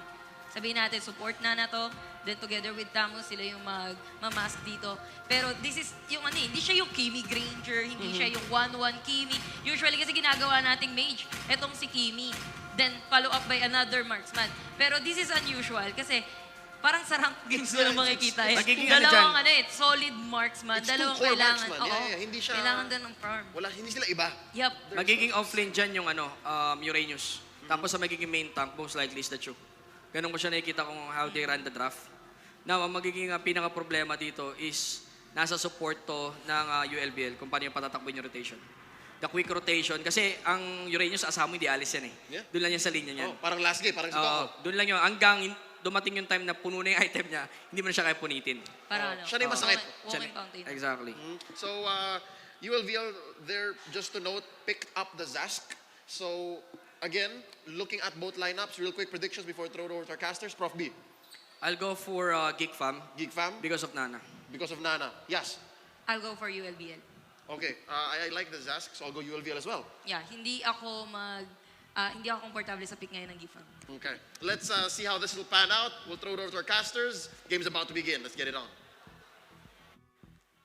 The Cinderella story ng Geek Fam no last season. This time, ULVL ba ang kukumpleto ng sarili nilang storya? This is the second series of the day. Manjin and Wolf casting for you. Hashtag The Connection Manjin. Mukhang ito yung mga teams na gustong ulit magpakilala sa Mobile Legends scene. Legit. Tama ka, Wolf. Ako'y excited para mapanood itong game na to. Especially knowing U-level na surprisingly nakapasok nung qualifiers natin na under sila ng lower bracket and dire-diretso yung momentum nila. So in terms of momentum, I think they have this. But meanwhile, Geek Fam, sila din ang recently na mga nagcha-champion sa mga Mobile Legends tournaments all throughout the country. Outside Outside of of MPL. MPL. So, parehas momentum ang dalawang to. What's interesting to note is, sinabi nga ito ng panelist natin na si Escanor, or ang tawag natin dito sa MPL, Mang Escanor, ay Mang galing Escanor. din sa Geek Fam. So, in terms of knowing the strategy, medyo may onting lamang ang dalawa. Kasi alam nila kung paano maglaro sa Escanor, paano maglaro sa Pares Secret. lamang. O, pares lamang. But I think that itong matchup na to, it's all about, I would say, storylines that they will want to right or yung mga players na gustong improve yung sarili nila. Oo. I think that nung inaaral ko tong magiging matchup na to before when we were preparing for MPL Season 5, pareha silang may mga players na gustong improve yung kanilang sarili. Like Escanor, for example. Exhort, yeah. CKTV, 5 seconds why till not? the enemy reaches And the even si battlefield. Basic, Smash them! sabihin na nating bago siya dito sa MPL All troops Season deployed. 5 sa Philippines, but we know that this guy already represented a specific country in the In M1, M1, in World M1, Championship. in M1. So, bago siya dito pero hindi bago yung kaalaman niya. Definitely, may hulog to. And what's interesting ulit sa game na to is itong dalawang teams na to ay nagbibigay sa atin ng bago. Especially Geek Fam. Right now, it is Nana and 1-1 for the side of Geek Fam. Kasama mo pa yung Uranus dito. So, an unorthodox lineup na binigay ng Shaolin ML Captain Why Not para sa atin dito. Both of the teams securing the first box of the game. So this is utility Cho, I would say, para kay CKTD Curtizi. Ang alam natin na core player para sa Geek Fam. Yep. Samantala, we will see May back in action, now playing for Geek Fam PH, nang galing sa ibang team din before. Yeah. In his, I would say, more comfortable place. Gusto niya dito kasi mga heroes na nagsistay talaga sa lane, nag-farm na nag-farm. To remember, back then, nung sikat na sikat yung farmer na Terizla, paborito niya yun. Ni May, coming in, if I'm not mistaken, execration. Yes. Right na, after nagkaroon tayo ng trades. So in terms of lineup dito, Wolf, halos maganda ang late game capability ng dalawang teams na to. Magkakatalo na naman sa paunahan in terms of getting the objectives. But what's dangerous here is mapipilitan si Basic kumuha ng Wind of Nature dahil nga Curtizi having this 1-1, the crossbow of Tang, it's such a dangerous ultimate na minsan akala mo inaatake mo na yung 1-1 pero hindi pa pala. So double marksman na naman para dito sa Geek Fam. Once na mag-hit yung muli na smooch ni Wynat dito, tapos sumakto kay Curtizi yung kanyang passive, easy kill para kay Basic dito. I wanna go back nga lang dito kay Wynat. I think nanakaw niya yung crab coin using the flame shot. Not mistaken. So that's gonna be really good para sa Geek Fam PH. Imagine mo, hindi na nga siya masyadong nag-e-effort doon. Yung nagpapakahirap para doon sa crab coin. Yeah. Is yung members ng new level pero why not with a veteran move? Again, it's the flame shot. The flame na shot. ikaw na nagsabi na pwedeng mag-act as retribution, di ba? Yeah. Yun ang isa sa kinaganda nun, Wolf. Exactly. Retribution and execute at the same time. Yeah. Parang ganun yung kanyang ginagawa. And more importantly, ano pa siya, mababa yung cooldown niya compared sa retribution at sa execution. Well, let's see kung nakuha niya nga ba talaga. Hindi, we will see kung nakuha niya nga ba talaga. But again, an attempt was made para dito kay Why Not. Again, in terms of lineup, carry is carry, Tams is Tams. This is a classic U-level type of ML type ng draft na nilalaro ngayon ng side ng U-level. But they do have a lot of, sabihin natin, pick-off capabilities. Kasi meron din silang Jawhead and they do have this one main Jawhead player din para sa side ng U-level. That's right. And makikita natin, nakita na natin noong qualifiers kung gaano kalupit yung galawan ng U-level in terms of their, I would say, team coordination. Yeah. Kasi magigaling sila individually. Hindi mo pwedeng i-deny yun. And I think that almost everybody who's watching professional Mobile Legends mag-agree sa akin, individually malulupit ang players ng U-level. Pero yun nga, makikita natin, why not stealing that crab coin sa may top lane? Nakuha niya nga talaga. And I like what U-level is doing, utilizing the pets of Unseen para at least makakuha sila ng onting push dito. They're coming in with carry right now and May just doing Uranus things. Ito na ang kalakasan ng Uranus ngayon. But this is a carry. Let's see kung mabubuhay ba si May dito. Flame shot won't go. Cyclone Eye. Pero napakabilis talaga ng glorious pathway ni Deb. You might be so tanky with the Uranus, pero syempre, apat yung katapat niya doon. Kahit sino naman siguro, hindi mag-last. Kahit yung mga Torre, for example, dito sa may top lane, apat na membro ng Geek Fam makakapag-push. I like the decision-making coming in from both teams dito. Sabi ng U-Level, pitasin natin yung Uranus. Let's set up for the next turtle. Sabi ng Geek Fam, sige, malas natin yung turtle sa baba. Bigay natin, but let's open up the top lane para pwede natin makuha yung red nila or pwede pa natin i-contest yung turtle in a while. which, you know, I think pumapwesto sila, pati na rin yung kanilang kalaban around Yeah. this turtle area. You don't want to give it to anyone. Hindi pwedeng free turtle para sa game na to. Pinush ni Cortese kasi alam niyang mapipressure yung Johead to defend that. Okay. Magkakaroon siya ng onting time para at least i-clear yung minions dito. Kaya hindi rin agad nakapag-turtle ang side ng U-level. Pero look at this, Wolf. 5-man mass. It's back. It's back. It's back. So they're funneling something here. Look at the gold of carry of basic right now. It's at 2,100.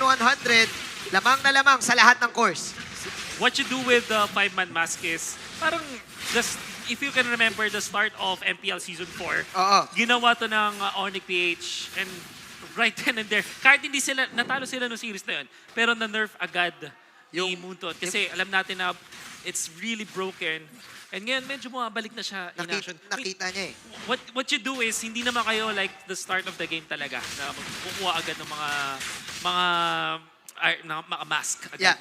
Pero ano yun eh, may didelay kayo ng onte. May tamang timing. Yeah, so they're funneling all of the gold para kay Basic dito na isa naman ding clutch player with that Lord Steel na nagawa niya nung qualifiers. Gave them the opportunity to win this. That is the first kill of the 1-1, trying to steal it. Cortese, kumikreep walk dito, pero masyadong mabilis. That is the crossbow of Tang! Isa mabilis. pa, mas mabilis. Kaya lang may punish yata kay Chu. He goes down. May hindi aabot, pero hindi na kailangan. Dahil patay ni Cortese yun. Now CKT defines them. Nandito na rin si Why Not.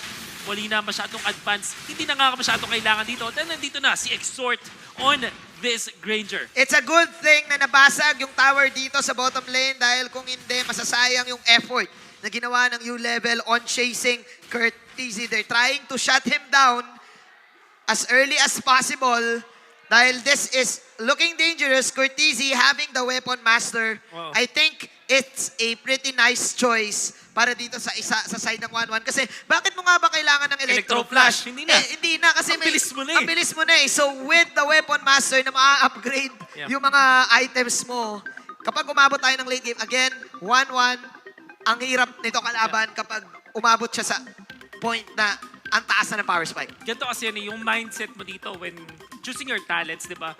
Lahat halos ng mga talents ng yung line ng talents, meron silang parang way para makatipid. Like for example, Mystery Shop, di ba?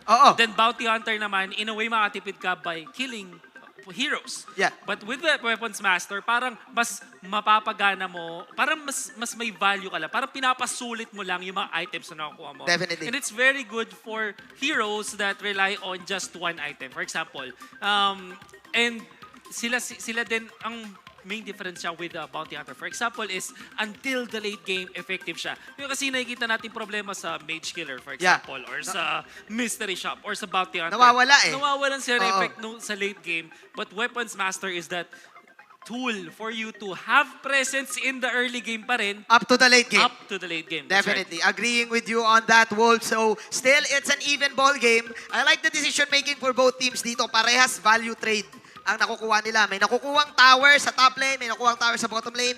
Kapalit ay kill, kapalit ay space. Kasi you would take space as well eh. Even though sabihin mong dalawa ang napatumba sa kampi mo, at least may space kayo na nagawa sa mid lane and sa top lane. May ganong nangyayari dito for the side of Kick Fam and U-level, especially on the Johead. Yeah. Pero I think masyado natin napapag-usapan dito yung in-game. Imagine, feeling ko, let's go back a little bit dun sa storyline ng mga teams na to. Ay, oo.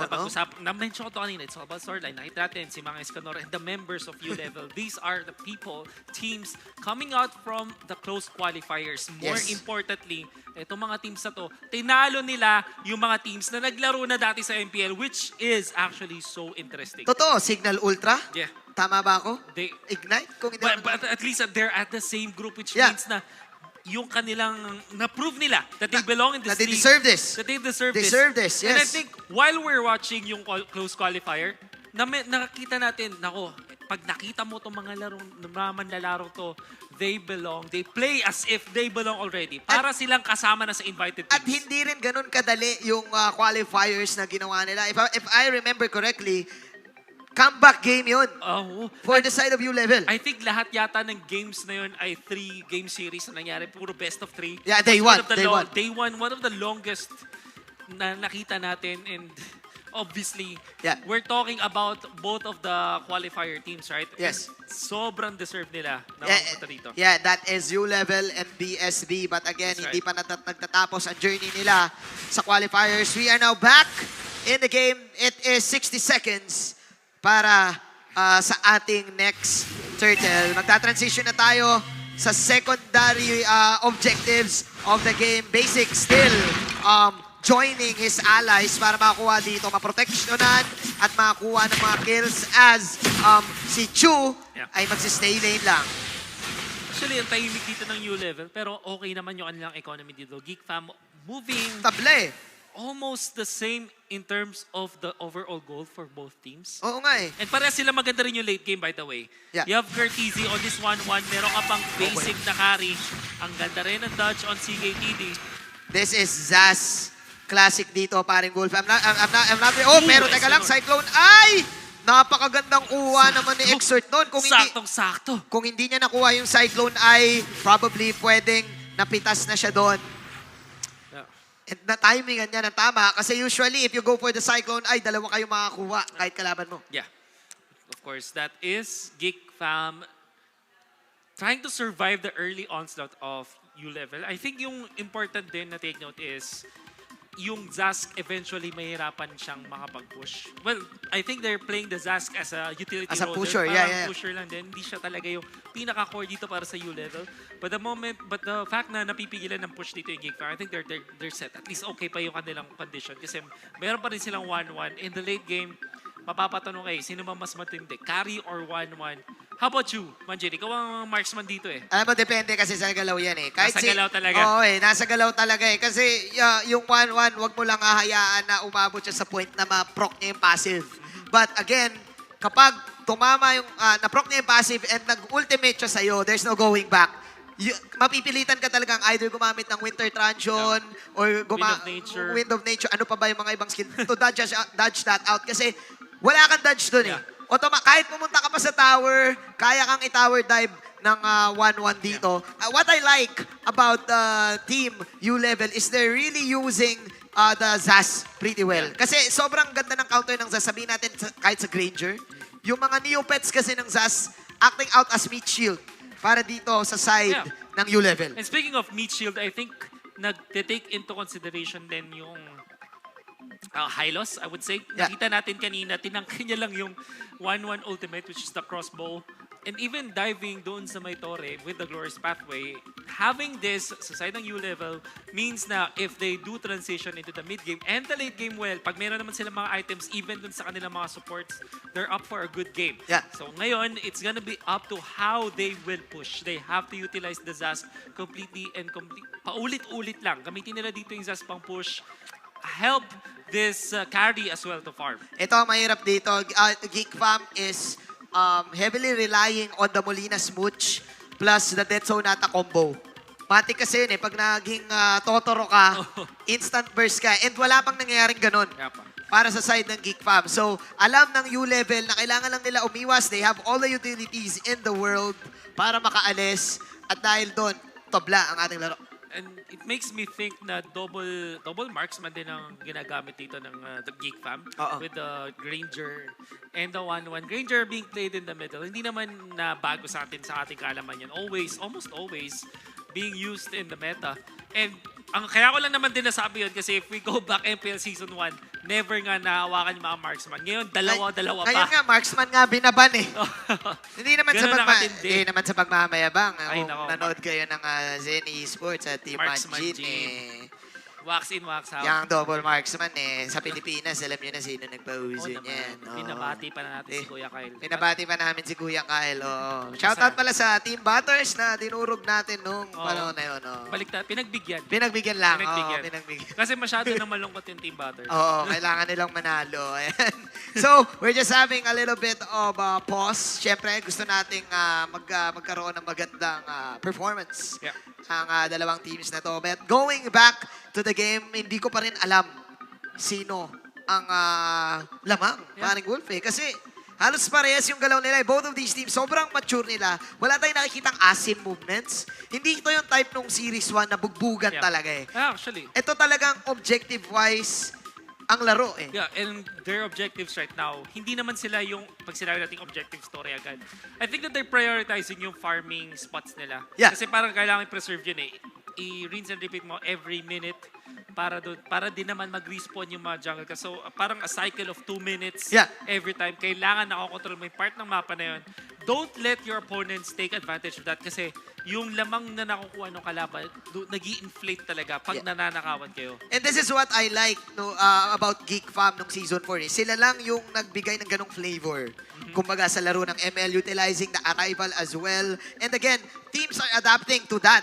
And now, U-Level, having Escanor in their lineup, naituro niya yun. Oo. Sabi niya ganito, hindi tayo magmamaasim, yung mga clashes, dapat maging worth it. Yeah. Kung matalo man tayo, meron tayong exchange na nakukuha. I love that Escanor is transitioning into a more of a leader type. Yeah. I would say. Medyo one of the quieter ones in there. Hindi na natin masyado naririnig siya magsalita. And even when we ask the players, hindi naman din siya pinaka-vocal. Even before this season. Now, like you said, Manjin, medyo nandun siya sa parang leader role dito sa U-Level. I mean, nandyan naman si Basic. Nandyan naman yung mga players. Yeah. Could be captains. True. I think that they have coaches as well. Yeah.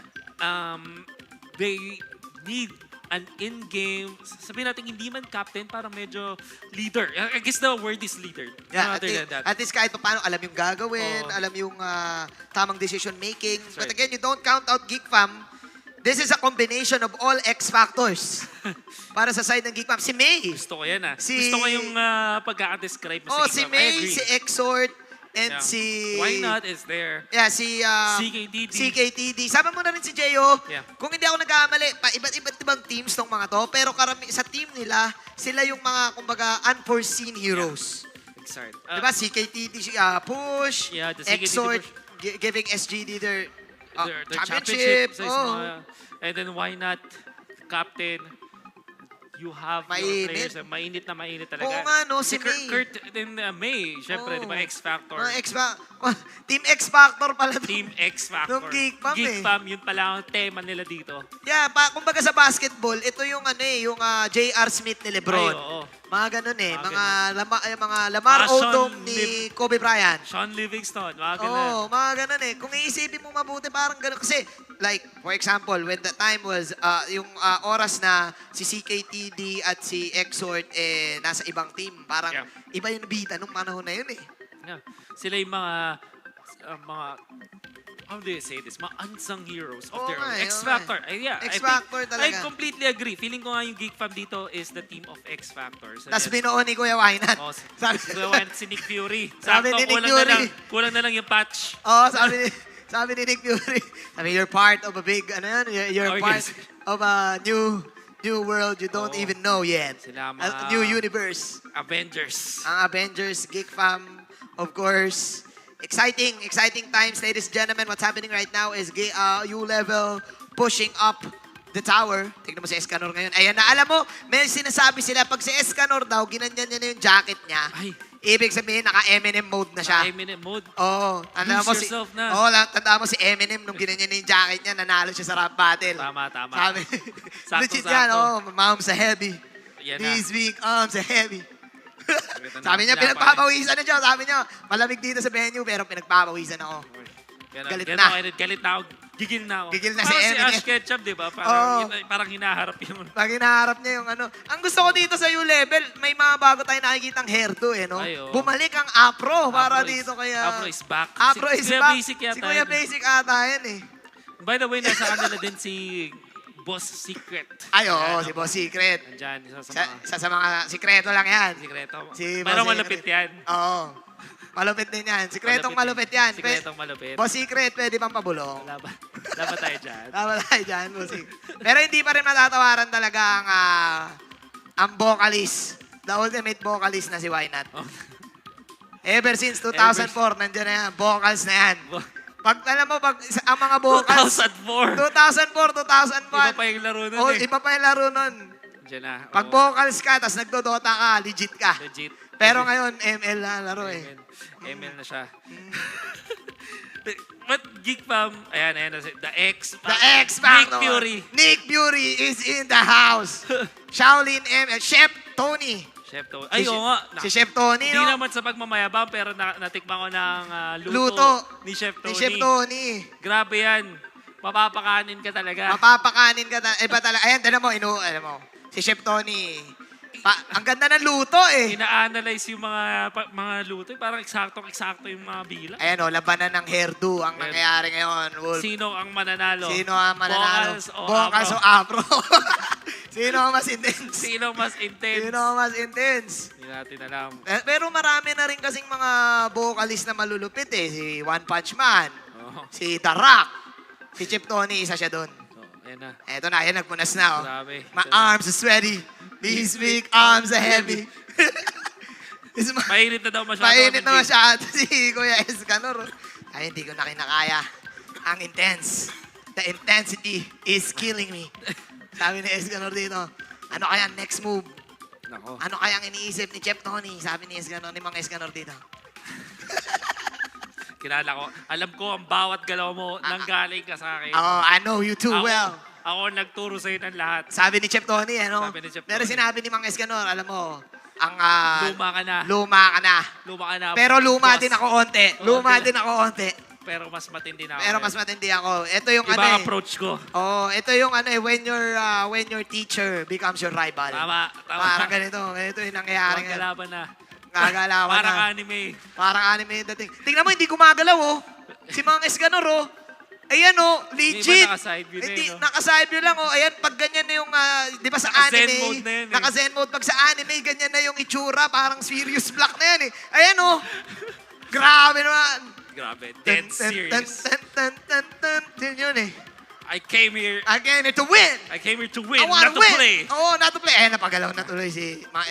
Basic lang. Tamang chillax lang. Kayo, mga kulit, eto na. Ito na, The boss. ayan. The OG. Ayan na, hinawakan na yung phone. Ito Ay, na. ganito Parang kasi galit yun. na. Ganito kasi yun eh. Sa sobrang intense, hindi niya kinaya. Grabe yung ano nito, yung pagkaka-meditate The meditation eh, no? ni Escanor, iba pala. Iba pala, iba. Iba talaga ang Eminem. Again guys, pag nag-ML ka, tapos naka-hoodie ka, Eminem. pag nilagay mo na yung hoodie sa ulo mo, It's time. it's time. Kasi pinapakalma mo yung Eto init na. mo. Eto na! Tignan natin kung anong ritual ang nagawa ng dalawang teams dito as we are now heading back to the game. Grabe naman si Dep. Talagang sinaloy Molina. But anyway, go for the turtle this time. Basic will get it so easily. Ano ang kapalit na makuha ng Geek Fam out of that? Mukhang wala. Just some farm dun sa may top lane. But this is nice for Basic. Nakuha niya na yung yung Bermuda Triangle na na buffs. Ayan na, napalaban na. Glorious Pathway, pasok si KTT dito. Pero nako, medyo makunat pa rin. Ayun, si Nipa, Way of the Dragon. Nakakuha sila ng tig-isa para sa dalawang teams. Flame shot. That was really nicely done. Nakita natin dito yung abang doon sa flame shot after mawala ng passive ni Nana. By the way, top lane Courtesy will be able to survive. Basic, sniffing this out. Sabi mo nga, Bermuda, the Deathly Hallows, nakuha na niya. Oops, will survive. Pag nakuha mo yung red, yung blue, tawagin na lang natin blue dahil nasa Pilipinas tayo, yung blue, yung turtle, so, kaya mong mag-tower dive eh. Kasi because of the extra shield. Marami nagmamaliit dun sa shield ng turtle, but that is equivalent to one skill. That is kind of like equivalent to one bullet of Death Sonata. Exactly. So sulit yan. Sulit yung shield na yan. Parang ano ba tawag yung the Trinity, the Holy Trinity. The Holy Trinity Bobs. Yan, tag mo yung tropa mong kinukuha lahat ng Bobs. Ay nako. Pero okay lang. Kasi naman, at this point, you want to funnel everything dun sa carry mo. Bibigay mo ng lahat sa kanya para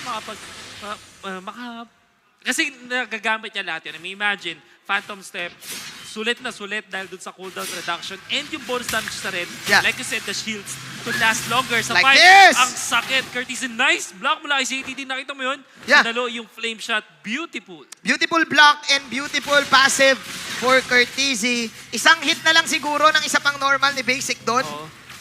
That would probably take down Courtesy para sa laban na yon. And right now, it's still an even ball game. I like what Shu is doing here, just staying in lane.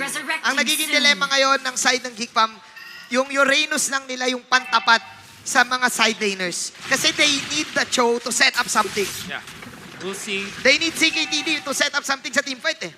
And I think yung kailangan nilang gawin is to utilize this Uranus as soon as possible. I mean, okay lang naman siguro mag-farm up until level 10, level 11, get your third item, then afterwards, kailangan mo nang mag-defend ng torrent, sumama sa yung teammates, CKTT, might be vanished. Will survive, will not survive, I mean. Ang ganda ng creep off dito. Ito na yung crossbow of Tang. Medyo kulang ang damage dito. That was the wrong target for the side of Curtizy. Hoping to get carry, but right now, Chu, nakaramdam na siya dito, pero pressure lang. Again, it's objectives. After objectives for both of the teams. Wolf. Item check as of this moment. Antikyras for this, for May. Interesting kasi medyo basing nga naman sa multiple instances of damage mula doon sa level like carry for example, para mapahina mo yung atake ng mga of your opponents, basically speaking. So, super duper tank ang ibibuild dito ng ating Uranus. I like it. This is the ball game na ine-expect nating mangyari ganito katagal. Day 1 pa lang ng MPL. Kung kanina sobrang intense ng action, dito sobrang intense ng pagiging patient ng dalawang teams na to. War of attrition. Pero yun, nakita natin, for just a little bit of time, U-level already getting so much out of the map.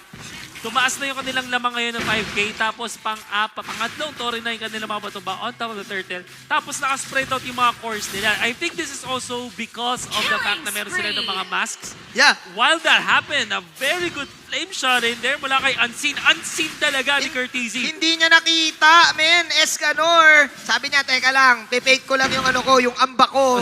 Dahil tori na lang ang kukunin natin. 2 squishy heroes falling down for Geek Fam, and that was just Zask. Wolf, Unseen.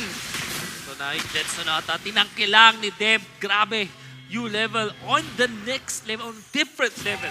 Right now, nakita natin yung mga problema by the way ng Geek Fam PH kasi wala sila ditong damage output in the early game. I think na-discuss natin ito sa previous series. Game 2, nung puro physical yung ginawa ng Sunsparks, nawalan sila ng teamfight integrity during the mid-game, and it's happening right now. Saan ka maghanap ng initial nukes dyan mula sa Geek Fam? They only have Nana. They only have Nana, pero hindi damage si Nana. Alley-oop. Ito na, 4 na tatamaan dito. First kill para kay Curtizy. Kumikripok siya. Trying to survive. Nako, crossbow of Tang, pero enough ba? Mukhang bitin. As Team U-Level will pick off Tony, and they will get their Lord. Sila na nga yung nakakuha. Instantly will spawn, and now Geek Fam PH are having a lot of troubles. By the way, gustong-gusto ko yung pinikap dito ni Chu. Kumuha rin siya ng sarili niyang Antikyras. Perfect item laban kay Curtizy. Yes. Super duper nullified dito yung 1-1. Yung mga heroes like Claude 1-1, they are the heroes that really suffer from this Antikyras. Definitely. U-level in a very good spot right now to push. Even Exort, Mr. Wolf. Exactly. Even Exort, without the items to get those crits, makunat-kunat ang U-level dito. There you go. Pasag na Tori dito. Pulado si paring May. Pero again, yung utilization ng mga worms. Yung mga worms ni Unseen. Tumatangke ng Tore. Really good. Basic. Medyo nag-phantom step doon. Made it out. Okay. So medyo napagamit dito ng konting skills ang Geek Fam PH, but at least they will defend. Yung Tore lang sa babae na patumba. U-level wanna go for more. The star connects on to May. Natos na rin siya dito, pero mabubuhay pa rin siya at napitas pa yung joint sa likod. Shutdown na rin sa Zaz. Pero si Basic, phantom stepping in. Akala mo, Curtizy, ikaw lang ang marunong dito, pero si Deb pa lang naghahabol. Second skill lang ang puhunan ng isang high-loss. At mukhang basag na ng U-level ang third tower dito. Napatay ba dito ang high-loss? Tignan natin kung makakabalik pa si Exort. Killing spree, but it's double kill para kay JP. 4 heroes falling down for U-level. Depensa para sa side ng Geek Fam. Very chaotic fight. Both teams, parehas silang nagkamali doon. For example, 1-1 committing on to the high-loss. At dahil doon na-bait siya doon sa back na isang hit talaga, isang stun and then a little bit of hit from U-level, napatay agad siya. But then again, yung U-level, nag-dive din sila sa may top. They really want, they're so antsy para makakuha nung push dun sa may top lane. At dahil doon, nag-dive sila. So sobrang gigil nila, nag-dive sila. And maganda sana yung idea nila, dapat ang ginawa nila doon, Manjin, nag-dive sila after mapatumba ng Tore. Or at least sabay na sabay. Oo. Pero unfortunately, tumama kasi yung muli na Smooch. That's right. May naging Totoro kaya napalaban. Napalaban na lang. Yung level dito. But again, that is an objective. Yeah. That is a lane for the side of U-Level. So hindi na nila i-worry yung top lane, bottom and mid lane na lang. Paano nila to makokontrol? So ngayon, Mpl-Ph, sa kanilang idea dito, putting Exhort on this Ranger. Siya dapat yung magsusupply ng early nukes or yung parang mga unang burst ng damage dahil dun sa Rhapsody at sa Death Sonata. Yun yung idea nila. Tapos meron kang 1-1 to take you to the late game. Kasi Granger, hindi na siya ganun ka-effective compared sa 1-1 sa late game. Yeah. Ngayon, nullified na siya completely. May Antikyras and there was Dominance Ice na napili na rin dito para kay Escanor on the Jawhead. This is the direct counter again to the Granger. At ang kunat na sobra nito at kapag nahuli ka pa, wala kang takas kahit nag-rondo ka dahil sa slow. Slows. That's Na right. nagaganap dito para sa side kay Kuya Escanor. Iba talaga. Iba. Mr. Eminem. Showing something here. Mr. Hoodie. Slim Shady. Si Slim Shady. Mang Escanor. The Slim Shady. The Slim Shady mode. Pero shady lang siya ngayon. Shady lang siya ngayon. But ito yung parang mga magandang concept sa MOBAs. Ay, kakapanood ko lang ng isang interview sa isang legendary MOBA player, si Notail. Sabi niya, pag masasabi mo daw na magaling ang isang team, kapag kahit anong mangyari, may sagot yung strategy nila. Oo. Kung anong iba to ng kalaban. Sabihin natin luging-lugi na kayo sa team. Meron kayo out of nowhere, perfect na scenario na pwede nyo maisip sa utak nyo para makabawi. So, At nagagawa to ngayon ng new level. definitely. So, meron silang pinresent na mga problems ito. What is their problem? Physical damage. Yes. Ang ginawa nila, Antikyras, Dominance Ice, completely stopping the damage output. Nakikita mo kung gaano katagal patayin yung mga members dito ng U-Level dahil sa itemization nila. Bukod sa kunat na sinasabi mo, Wolf, after, ang napakaganda rin kasi nung Zask, ni paring Unseen, hindi siya yung type ng Zaz na chillax-chillax lang, o tara, wait tayo ng clash. This is an aggressive Zaz na hindi clash yung hanap eh. Push. Yeah. And kapag tumama man, yung Molinas pushes, tumama yung combo, napakagandang counter kasi hindi tumatama dito yung Death Sonata because of the worms. Yeah. Because The of the Nightmare aliens, the spawn. Nightmerks. Nightmaric spawn. Oh. Okay. I agree with you kasi feeling ko 5 seasons na tayo ngayon sa MPL, the professional scene in the Philippines. Lagi nating inisip, paano ba talaga i-swak si Zask sa ating lineup, for example? May time na ginamit siya as mage, may time na ginamit siya as marksman. Is it the time now na maging utility siya, maging quote-unquote support? In a way, Yeah. meron naman siyang mga qualities na makukuha mo for good support. Meron siyang May crowd slow, may control, damage. may damage. Yeah. And then you have this extra utility na hindi mo man binabuff yung mga kampi mo, tinutulungan mo naman mag-push. And then meron kang pantangke. Nightmare Spawn, they are quite tanky. So nakakatanky nga sila ng Torre actually. Yeah. So it's very, sabihin natin utility. It's all about utility. Besides that, gusto ko lang idagdag yung Nightmaric Spawns, yung mga worms. Tawag ko kasi doon mga worms eh. Oo. It acts as a unit for the Lord to target.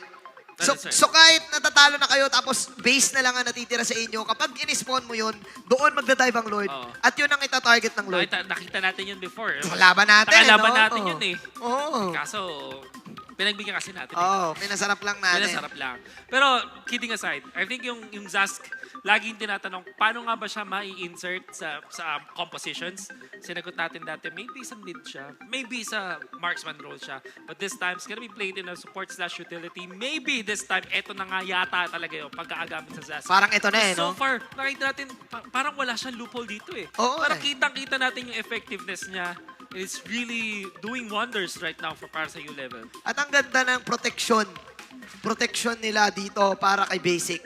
It's Hylos, Zaz na laging magkakasama. Uncontrollable damage for those heroes. Second skill kay Hylos, Zaz lagay niya lang, tapos bahala na yung mga spawns niya kung sino atakihin.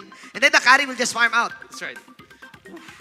So, interesting na kita natin. This is why nami-miss talaga natin yung MPL. Eh. Nakikita natin talaga dito na yung mga malulupit na mga strategies. U-level. And U-level Yeah. in a very good spot right now to prove themselves. Laban sa Geekfam. Geekfam, almost the same story with the U-level before na nanggaling sila sa open qualifiers and then the close qualifiers and then making it in a very good spot doon sa regular season.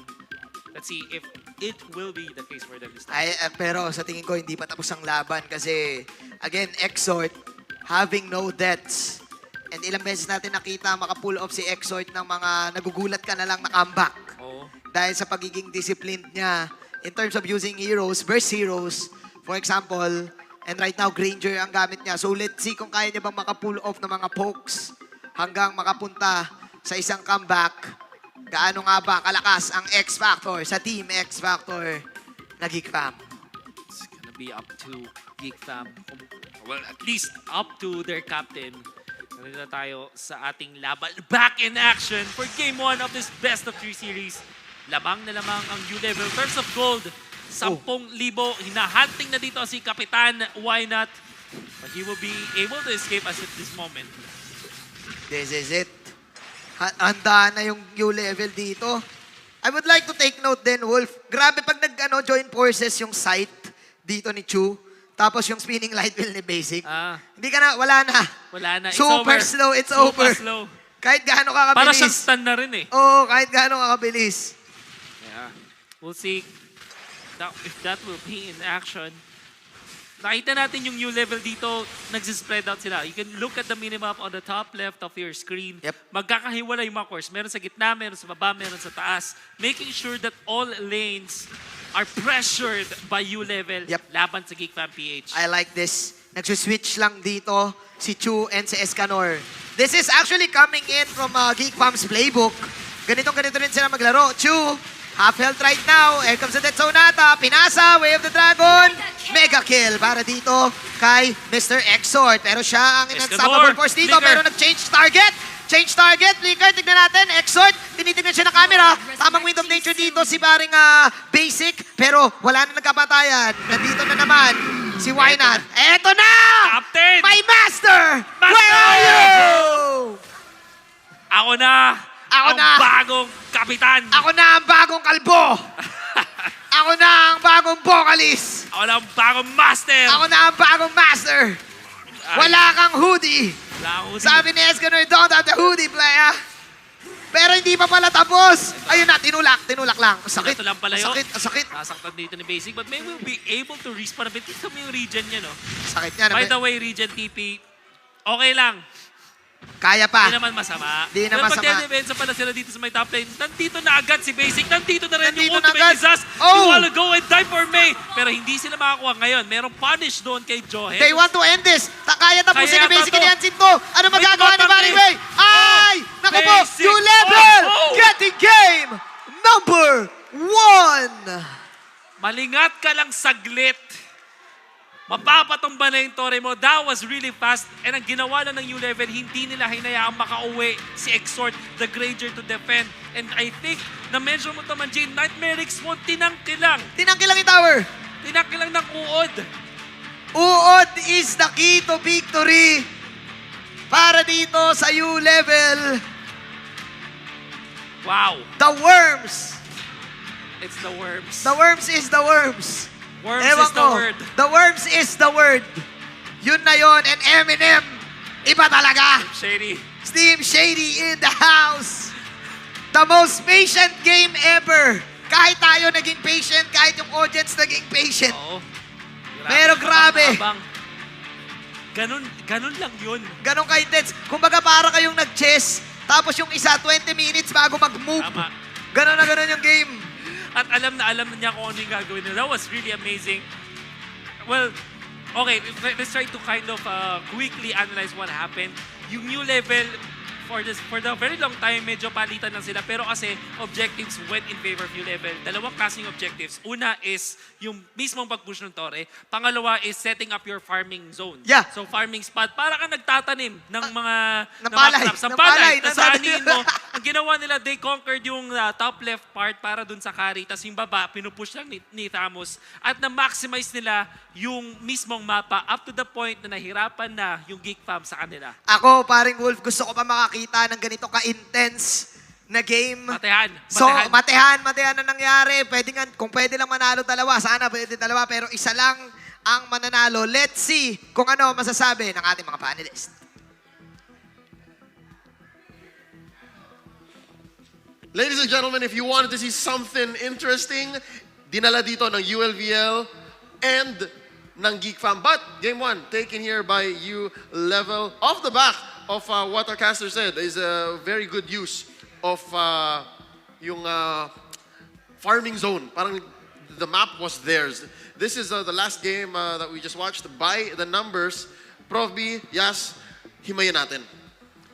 Alright, tinitignan ko kasi sobrang off talaga nung pick ng 1-1. 1-1. Napag-usapan namin ni Yaso kanina na hindi talaga uubrang 1-1 sa lineup. Look at the lineup of ULVL kanina is yung dalawang tangke. Actually, tatlo yan eh. Tatlo. So kung sakaling dumiretso yung last kill dito ni 1-1, automatic lilipat din. Sa kapwa tangke lang. Saka actually, hindi nga lumilipat. Oo, yun yun. ang problema dun kasi pagka 1-1 ka, kailangan mong mapatay yung isang hero na within just 2.5 seconds.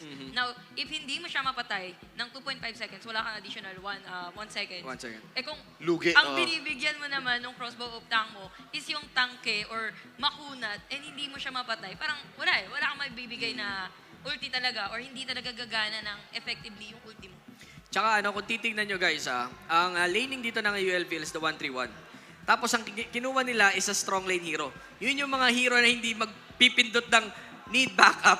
Diba? They have the Jawhead na kaya mag-solo lane, kaya mag-clear. Merong Tams, alam naman natin, off-lane Tams nga, isa sa pinakasikat dahil kaya sustain yung sarili. Now, etong tatlong hero na nasa mid is kailangan lang ikutin. Mamimili lang si basic dyan. Dalawin natin si top, dalawin natin si bottom. Which is hindi ganun nakita kasi na-cover up, nakala nila healthy pa yung both lanes. Hindi lang nila nakikita pero lahat fina-funnel kay basic. So it's parang galawang basic nga talaga. Galawang basic. Yeah, and it's a pretty basic concept to funnel gold, especially given ang heroes mo na nasa mapa self-sustaining, which is, you could say, quite the opposite for Geek Fam. I mean, this lineup, it kind of works, especially in other metas. The double marksman with the backup of the Uranus. Kasi Uranus, again, himself is super self-sustaining.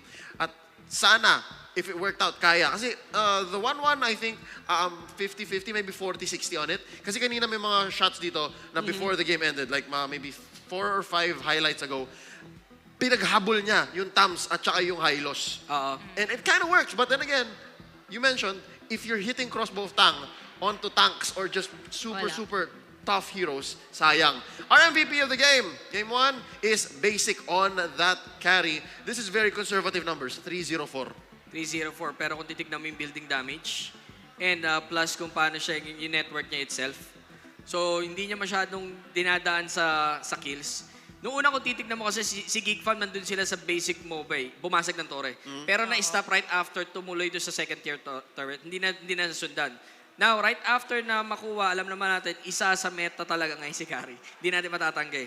Diba? Right after nakuha niya yung proper arsenal, dire-diretso na sila. Doon na nila binalik yung tower naman tayo. As long as, okay lang na hindi tayo pumatay ng marami, basta hindi rin tayo mapapatay. Ganun yung parang nakikita ko sa kanilang playstyle as of now. They go for the play safe, tapos bebuelta na lang mid to late game. Yeah, if anything, the deaths that they accrued, kasi nga at some point, maybe the first 1/3 of the game, nagtitrade pa sila. But it came down to it, they protected the important players, right? They protected basic, at saka si Zask, unseen. He was able to do his thing. Like, may napansin tayo, hindi tinatamaan ng Molina. Si spawns. Spawns ni the metallic worm. So medyo basa yun ni Unseen, right? So that's somewhat of an answer to why not Nana. Exactly. Yep. Ano nga siya yung lineup dito ng ULVL, talagang counter not completely sa lahat ng lineup.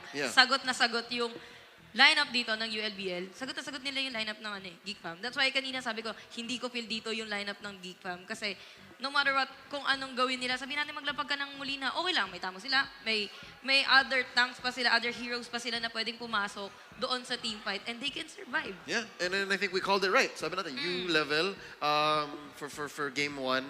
At least I remember for sure ako, sabi ko U-level. Kasi gusto ko makita yung Zask na gumana. Pero again, this is Unseen on the Zask. Naging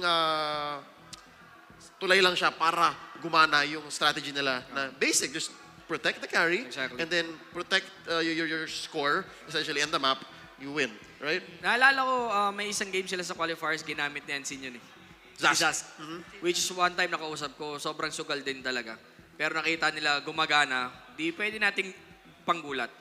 Di ba? So minsan hindi natin nakikita or yung maybe Geek Fam hindi nila napanood yung time na ginamit nila Unseen, yung Zaz at pinasok sa Yung lineup. Zaz, no? Kasi Diba? parang hindi siya yung usually hero na nakikita mo sa MPL. Exactly. Talagang hindi mo yung unseen talaga. Unseen talaga. Tapos, Unseen talaga. basic, counter. Oo. Pero ang pinakagusto ko dun is yung pinag-usapan natin kanina, the Kenkoy drop. The lumabas Kenkoy nga, drop. di ba? Yun yung hindi natin- Both teams. Nagpakita sila. Nagpakita sila. Oo. Yung hindi mo ma-predict, para saan to? Para saan? Bakit ganito? Bakit ganyan? Yun ang- Essentially, these two teams, they're playing on a different level. Parang iba yung iniisip nila as to the whole meta. Which is in one way, bad kasi nga, mahirap. Mahirap pull off. Yes, but it's good kasi it's coming from left field. So it's interesting that in this second series of our first day, ito yung pinagharap. Ito yung una natin makikita na parang parehong medyo kakaiba. I have two questions for you guys. One first is, sa tingin nyo ba, sabi nito ni Yas kanina, banggit niya, nagulat ang Geek Fam sa dinala ng U-level dito? May part sa akin, oo. May part sa akin, oo. Sa laning phase, nag-iba sila eh. Ay nasa ako offlane na Uranus. Now, ang ginawa nila is pinag-switch nila. So may part sa akin na hindi nila kabisado kung paano i-lane pa. May gulat factor plus the Zast. Yeah. Wala na silang sagot eh. Wala na silang sagot nung the time na may Zast tapos may 1-1. Parang, oo nga. Diba? Wala na. Nailabas lang nila dito si 1-1. Baka sakali. Pero ang hirap din talaga i-pull off dalawang marksman para sa Geek Fam. Yun na yung pinaka-ano nila eh. Parang downside factor sa drop pa lang. Actually, kasi dalawa yung needy nila na core. magagawan. And hindi din naman sinana yung ever so ever na hero na kaya kang i-protect to the end. May part sa akin na okay yung dalawang marksman. Pero kasi yung blue buff, di ba? Yun. Okay Purple. kung purple. purple. Kung yung Kimi, then ibang marksman pwede. Yeah. Kasi nakikinabang sa purple buff or ibang buff si ano. Now, kung pares kayo yung kumbaga physical type, inaasa mo doon both red buffs eh. Talagang isa yung magsasuffer sa inyo, which is si 1-1 yung nagsuffer sa kanilang lahat. Tapos, syempre, hindi ka rin makakasayaw or makakakripok na mabuti dahil nakaantay sa'yo si Hylos eh. Solid. He has the confirmed stun. Oh, yes. Yeah. And kung lumagpas ka man doon, nandyan si Johed. Nakaabang sa Unstoppable Papatok ka. Force. Kaya niyang tumutok eh. Meron siyang pinpoint kanina, nakita niyo sa Clash, ang tumatakbo na yung Granger, hinabol talaga eh. Ang nadamay lang si si Wynat. Yeah. Yung kanyang Yes, nagulat ba? I just need to hear your thoughts. I think so. Yeah, some part, no? Lalo na doon sa last pick. Feeling ko last pick nila, parang ang naging reaction nila, sige, 1-1 na lang. Let's try. Parang ganun ang nangyari. Pero ULBL dito, hinainan tayo ng something out of Philippine meta. Sort of like that. Pero andun pa din yung touch of Philippine meta na andun yung respeto nila na kailangan natin mag-funnel, na kailangan natin na mag-protect, na they still need the tank no matter what. Yep. Game 2 has already begun. The draft is right here. U-level is gonna be starting us off. Sasagot ang Geek Fam. Selena taken out of the equation. Panelists, Yasu, Prof B, before we jump into this, gusto ko lang matanong, what can Geek Fam do here? What should they do in Game 2 so that they can turn this into a 3-game series? para sa akin, tapatan na yung rotation. Hindi nila napansin, medyo nabulag sila sa normal rotation. Etong rotation na to, dating rotation to ng Geek Fam eh. And Exec as well. Yung ganong 3-man or 4-man na rotation. Which is hindi napapansin ni Geek Fam na akala nila off na sa meta. Which is gumagana naman. Like for example, nakita naman natin that's a mid carry. Ang kailangan lang, the basic is alagaan, si basic. Diba? Na hindi nila nakuha yung sagot. Nakita kong tumapat before niyan sa ganyang meta is tinatapatan lang ng rotation. Kung tatlo kayo, tatlo rin kami harap. Dapat. Dapat. Kumbaga, hindi mo siya mapapatay pero mapapabagal mo yung progress ng hero. Yeah. Kasi ang bilis eh. Isipin mo, nalilinis nila yung yung jungle ng ganong kabilis. Right after malinis, may option silang mang-invade.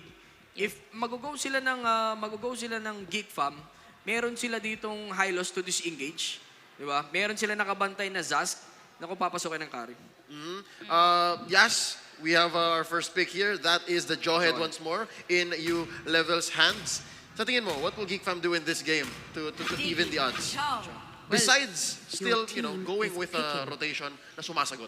Yan, inisip ko na baka i-pick nga nila dito si Diggy na, which is ban kanina on the second phase. Nailusot ngayon. Nailusot ngayon. Geek Fam, sinecure na nila yung Diggy bago pa ma-pick later on the second phase ng pick natin. Kasi honestly, U-level, ang pinapakita nila sa bans nila, ayaw nilang maagawan ng buff, ayaw nilang ma-invade kumbaga, and ayaw nila ng mga AOEs, especially na binibigay na ito ng Valir, yung mga apoy, the damage per seconds, ayaw nila ng ganon. But U-level, ang ginagawa nila dito is ragasa gaming. Gaya ng sabi ni Prof B, kung madami yung U-level dito, tapatan nyo din ng madami, 4 sa 4, 3 sa 3, or at least secure a hero or heroes na kaya makipag 3v4 or 2v3. Na okay lang sila. Na okay lang sila. Yeah. Na wala silang Your nagiging team problema is sa lane. banning. Kaya nila makasurvive, and at the same time, masasayang nila yung oras Your na team ibibigay is ng banning. ULBL to invade or kahit sinong team. I totally get it. And now I think both teams, U-Level and Geek Fam, they're on the same page. Nagkakaintindihan na sila. It seems like game 1, baka kapaan lang yon. Diba? Yeah. That might be them just learning from each other. At ngayon, the new kid on the block, U-Level, nagpapakilala na siya. Let's talk about the bans here. Selena, Valir, and Ling taken out by U-Level, Geek Fam, Grok, and Farsa. We have one more ban incoming. Your team is Exactly, picking. Hylos. There you go. And kung titignan mo yung pick dito ng ULVL, the combination of Zask plus the Kimi. So most likely kailangan nilang bumasag ng turret before Uranus. or Your bago team mag is 4 minutes. picking. Kasi ang unang susunod na labas ng catapult is 4 minutes eh. Which is magda-die down yung push potential dito ni Kimi. Now, kailangan lang nila i-capitalize dito yung dalawa. There you go, the Zask and of course sa kanilang Kimi. Let's talk about Geek Fam here. Yasu, they did pick up the Diggy, and I like that nailusot nila yan. This might be what they need. Ito yung sabihin nating Exodia nila. Why not on the Diggy? Ito yung kailangan nila. Ito yung lifeline. They also get here the Your Cho team is and the picking. Granger, as well as the All-Star for today, the Uranus. Only failed once. Well, it did also kanina. But, Prof, nakita ko, medyo pumintog kayo. What's going on? They picked up the Chang'o and the Kufra. Yung pick kasi ng for me, napaka-smart nung ginawa ng ULVL. Yep. Diggy has a reverse time para manghuli. Ang sagot dito ng ULVL, bakit kami lalapit? Look at Chang. Range na lang. Range tayo. And ito Look at yung the hinihintay energy ko. transformation ng di ba? Sana. Parang, ba't hindi ako lalapit? Eh di pagbababariling ko kayo sa malayo. Panalo pa yung reverse time. Medyo smart. Sicilian. Ito yung hinihintay ko kanina. First game pa, ito yung inaabangan natin kanina. Cecilion. Sabi mo nga, Prof, bakit kami lalapit? Bakit din sila lalapit? Oo, Ganun may ang tanungan dito eh. Pero ang ganda din ng sagot ng ULBL dito with the Chang'o. If hindi man mabakbak agad ni Kimi, yung nakaprontang Uranus dito, andyan naman yung meteor shower dito ni Chang'o, may kasamang slow, though hindi naman siya magiging effective kay Uranus kasi nga may ulti dito si Uranus. But still, the damage is gonna be there. Probably expecting glorious, glowing wand dito kay Kimi or kay Chang'o. But still, ayun yung malaking balakid sa kanila eh, that Uranus. Pero yung Cecilion din at the same time. Kailangan nilang mahuli din si Cecilion kasi hindi naman magkakaroon ng damage agad-agad si Kimi and si Chang'o unless na lang talaga. Sabihin natin, magkakaroon ng magic death dito, itong si Uranus, probably yun yung magiging first item niya. Kasi kailangan niyang tumayo lang doon para kay Cecilion na makapag-free hit. I really like how these two teams, nagpapakilala sila. We will pick the weird hero, Sicilian incoming, and of course, the return of Chang'o. Real quick, before we go into our game, predictions, Prof B. Geek Fam. I'll Geek go Fam. for Geek Fam. Yes? Ako even though nandun si Cecilion, parang I want to go for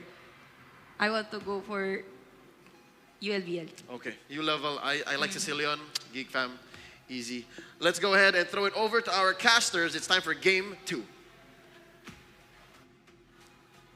Thank you so much, Leo, and the panel. Nakita natin surprising victory mula sa U-Level. Well, di naman gano'n ka-surprising kung tinakpan mo yung mga teams. Parang naglaro sila. Pag di mo alam kung sino yung mga players or mga teams, parang ang isipin mo, hindi sila galing sa qualifier. Oo nga eh, parang legit with receipt. Legit with receipt. Legit with receipt. Is this the last game? Or are we going all the way? Game number 3, day 1 pa lang. Ganito na ka-intense.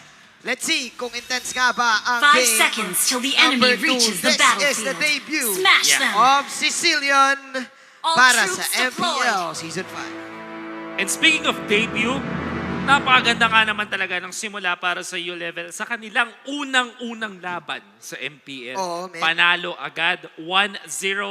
Match point laban sa Geek Mpl-Ph. Oo. Let's see kung matatapos nila this time. Interestingly, nag-Chang'o sila dito. Chang'e? Chang'e, and of course, Kimi. Ito yung sinasabi natin, Wolf, na cover fire technique. Oo. Ang magko-cover naman sa kanila ngayon is si Unseen, na talagang napakagaling magsas. And look at, ayun, cover, ayun. Ayun na nga. Cover fire talaga. Cover fire talaga. And Team U Level getting 2 Lito Wanderers for that fight. Pero meanwhile, these are the stars. I like what Geekfam is doing. Alam nila na pwede ma-push yung Torre na yun. Yeah. I wanna see kung nag 5-man mask agad sila dito just like in the previous game. I think that we might see that later. Pero ang ganda nung pinoint out mo, Manjin, double Lito Wanderer. Push yun eh. Push talaga. I mean, nakapag-survive talaga sila. I think that yun na 5-man nga. mask, yeah. Beautiful. So, after the Lito Wanderer, double push yun. They have the wagon na specify may kanina. cannon, no? Kasi minute 1, may cannon ka kagad eh. Yeah. So, alam ng Geekfam na kapag umalis sila doon at hindi nila dinepend, instant push yun and Yeah. new level will immediately snowball into the game. This is the experience na merong ginagawa ng Geekfam ngayon. Yeah. And I think that if you look back dun sa Season 4 performance ng Mpl-Ph na nandun si Escanor, parang every week meron silang dinadalang bago. Yeah. And I think you level this time, na-carry over nila yun through Escanor. And they're really showing us something else. Kasi sabi nga naman, kung ikaw ay baguhan sa eksena, hindi ka maaalala kung wala kang bagong dala. Dapat, wala kang bagong dala at wala kang bagong bala. Tama. It rhymes. Ni-rhyme ko lang, Kuya Wolf. Tama Pero ka, same lang ang tama. meaning doon. The flame shot will get exhort. Plus, eto na yung meteor showers. And man, the pushing capability of U level is just up until the upper state. Yeah. Kasi upper level ang tawag pala sa kanila. Ay, Ayos ba yun? totoo ba? Totoo yun. Tama, yun naman. So mukhang next level nga naman ang galawan dito ng U-level. Escanor, medyo hindi maganda, hindi perfect, pero kailang binato pa rin si CKTD. Yun naman pala yung plano. Kaso tatlong nga lang yung katapat niya dito. Ida-dive na ni May, tatangki na yung damage. Medyo nag-survive, pero kulang pa rin as Mpl-Ph will pick off the one. I like the juggle na ginawa dito ng Mpl-Ph. Yes, probably objectives na unahan sila ng U-level. But in terms of mechanical skills, and sabihin natin mga clutch plays, sila ang nakakuha ng mga advanced skills. Grabe yung ginawa dito ni Deb. Kumbaga, nakita na niya, natatalo na siya ni May bilang isang tunay na gangster. Tumalon din siya pamunta, binunggo niya. Sabi niya, hindi pwedeng ikaw lang ang aampa. Hindi naman. Oo. Hindi pwedeng ganoon. Hindi pwedeng ganoon. Kala mo ikaw lang ang may moves. But Turtle will be slain times Journey Flame Shot pang kasama. Nakuha na nga nila yung kill. That's gonna be coming from Chu, the Kimi. May maximum charge na, may flame shot pa, Manjin. Grabe, double racket. Double racket. Alam mo kung bakit? Alam mo yung masakit? Kimi mo may racket. Yun na yun para dito. 3 minutes in, 3 kills per team dito, ladies and gentlemen. And gusto ko yung answer ng U-level dito. Yes, si Cecilion, napakasakit ng kanyang ultimate kapag max checks, kapag max passive. Pero paano mo nga ba kaka-counterin? Eh di idaan mo sa range. Let's talk about range, playa. Range Parang ganun eh. brings the damage. Kasi, again, si Cecilion, kailangan niya makalapit sa'yo eh. So, kapag wala siya sa'yo, dadaan mo sa meteor shower at idadaan mo sa mga flame shot rocket. So, ganun nila kinounter. This is smart.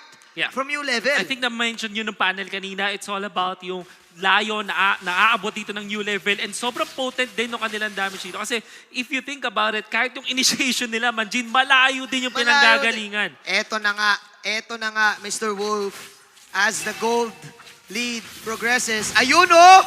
Ooh. Grabe! Parang lahat sila Kobe dito. Parang si Kobe, si Steph, si Harden, nagsama-sama na sa isang team.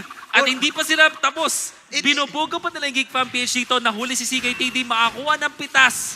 Grabe, Kuya Wolf. Talo pa nito yung 2020 3-point shootout. Oo. Sana magkaroon ng MPL 3-point shootout. Nakita mo si Wynat na puwersang gamitin yung time journey kasi nakita niya nagsistretching na si Deb. Grabe. And this is U-level on another level. 5 minutes in. Escanor! Uy! Ito naman! Grabe! From the parking lot! From the U-level! That is from the logo! From the logo! That is from the logo, player! Grabe! Malayuan ang dalihan! Biruin mo parang, kumbaga sa basketball, dun pa lang sa kabilang court, inaliyup na. Pang-inter-barangay pala to, Manjin. Talo pa nito football. Parang ganun eh, inter-barangay, ayan oh. Instant replay. From the logo. Grabe naman yun. Gantong-ganto yung mga naglalaro sa Liga Manjin. Hindi na nagre-rebound. Wala na. Pagkakuha ng rebound, pasa agad sa Pasa dulo. agad sa Wala dulo. nang tatakbo. Oh my. Flame shots. Inter-barangay. Inter-barangay, U-level. Iba talaga. Iba talaga mga palaboy, Kuya Wolf. Ibang mga palaboy. Eto na. 6-4. U-level showing us something. Oh! Ayan na naman! Wala kang takas. Why not? Hinahabol mo! Malayuan talaga. Grabe. Grabe, fireworks. Fireworks. Nandito na si Katy Perry. Baby, you're a fireworks. Para dito sa U-level. Ibang klaseng ML. Nakikita na. Parang hindi na ML to, Manjin. Flame shots are real. 3-point shootouts are real. 8-4. Hindi na makalapit ang Geek Fam.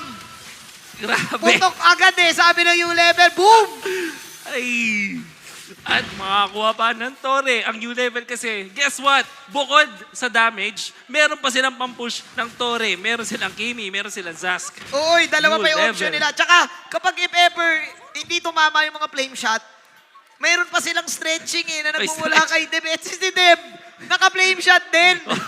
Nakita ko nga kanina, habang bola siya, Pumi-flame shot. flame shot pa rin.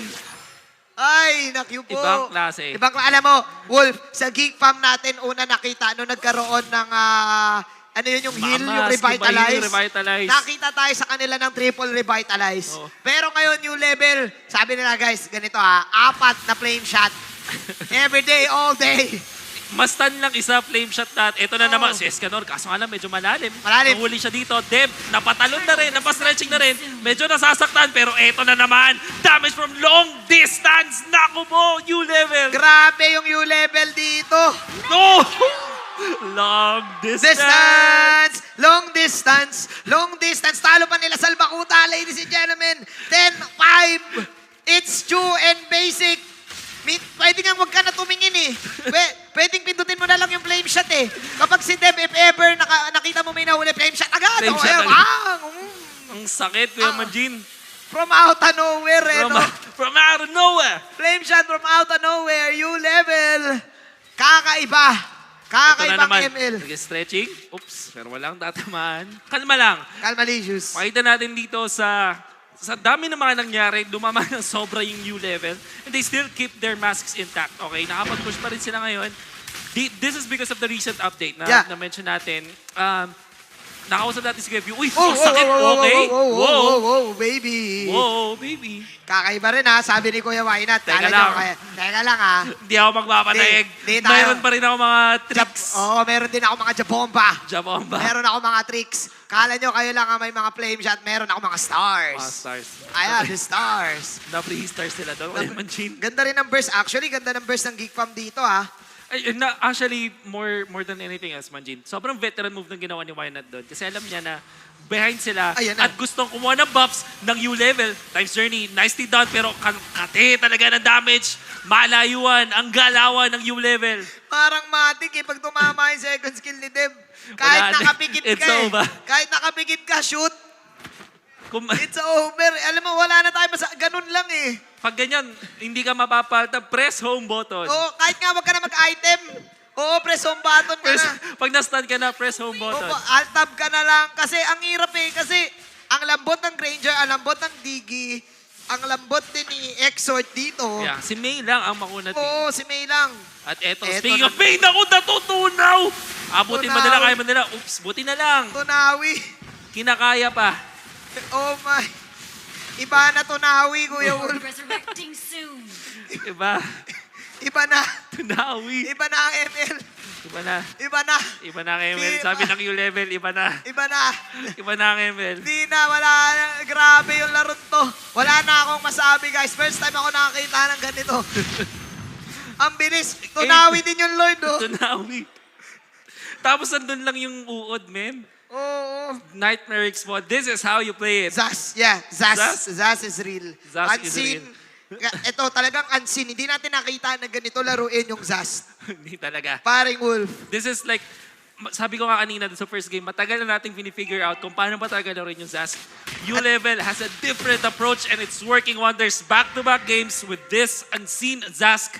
Yeah. They're not stopping. It is an answer to the ultimate of Exhort as well eh. Kasi yung mga ultimate na hits niya, pwede rin tumawa dun sa ano eh, sa mga units ni Zaz. So hindi Pwedeng tangkihin. pwedeng tangkihin. So hindi na naman makahanap yung Geek Fam dito ng opening. Paano kasi lalapit pa lang sila. Pulado na sila eh. Yeah. Escanor. Escanor. Ito, siya lang yung ano dito eh, short range. Short range eh. Sabi niya, ako na magiging pain. I will do Ako the na, boss. Ako na bahala sa'yo, Ako na, boss. boss. I will do the sacrificial play. Well, ito na. Ito Sobrang na naman. tricky, nasasaktan. Naku, puputi na lang nandun si May. But they still are taking so much damage. Napatay na rin dito yung Uranus. Buhay pa rin yung Lord. Nagpupush pa rin sila dito. Si Escanor, Oh! nandun sa may likuran. Mukhang may haliw pa yata. Alley-oop is real. Alley-oop na naman. Naku po. Alley-oop after alley-oop. This is U-Level 3-point shootout sa LPL. Oh. Going to the next level. Going for 2-0. U-Level takes the series.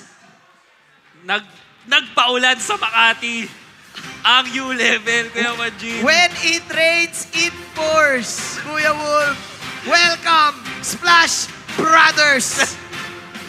Ito na yun. My goodness. Wala na. Speechless na ako, Wolf.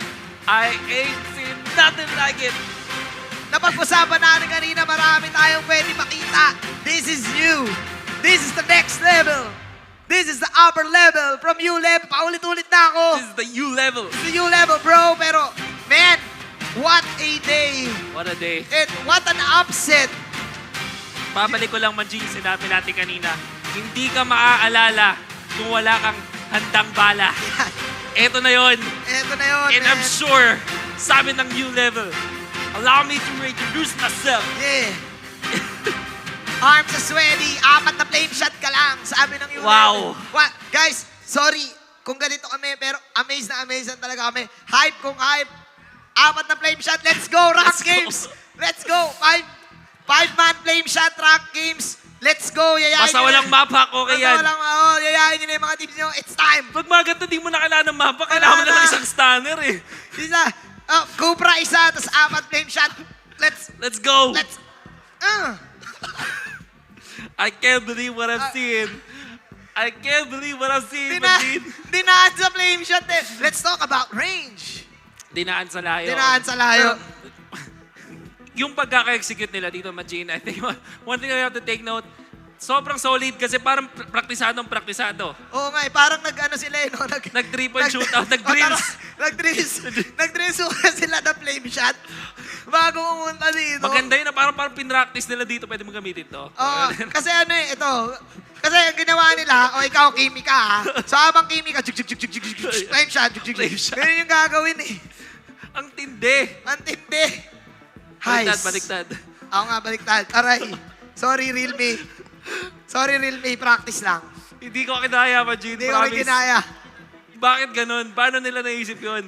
Thank you so much. Thank you. Thank you so U-Level. much sa lahat ng nanood. Thank you so much sa lahat ng teams na dumating from Geek Fam to Sun Sparks. Thank you. Maraming salamat sa pagbigay sa amin ng magandang laban. But congrats, of course, to U-Level and Bren Esports. Yeah. What a day. What an day. opening. What an opening. What an opening. Maraming salamat, U-Level. May bago na namang video. May bago na naman tayong video.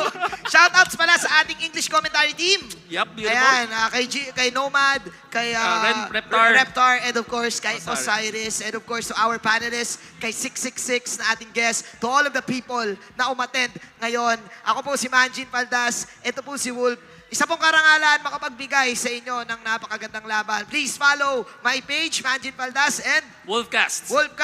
Aalis na kami, ipapasa na natin ngayon sa ating mga pogi at nagagandahang mga panelists.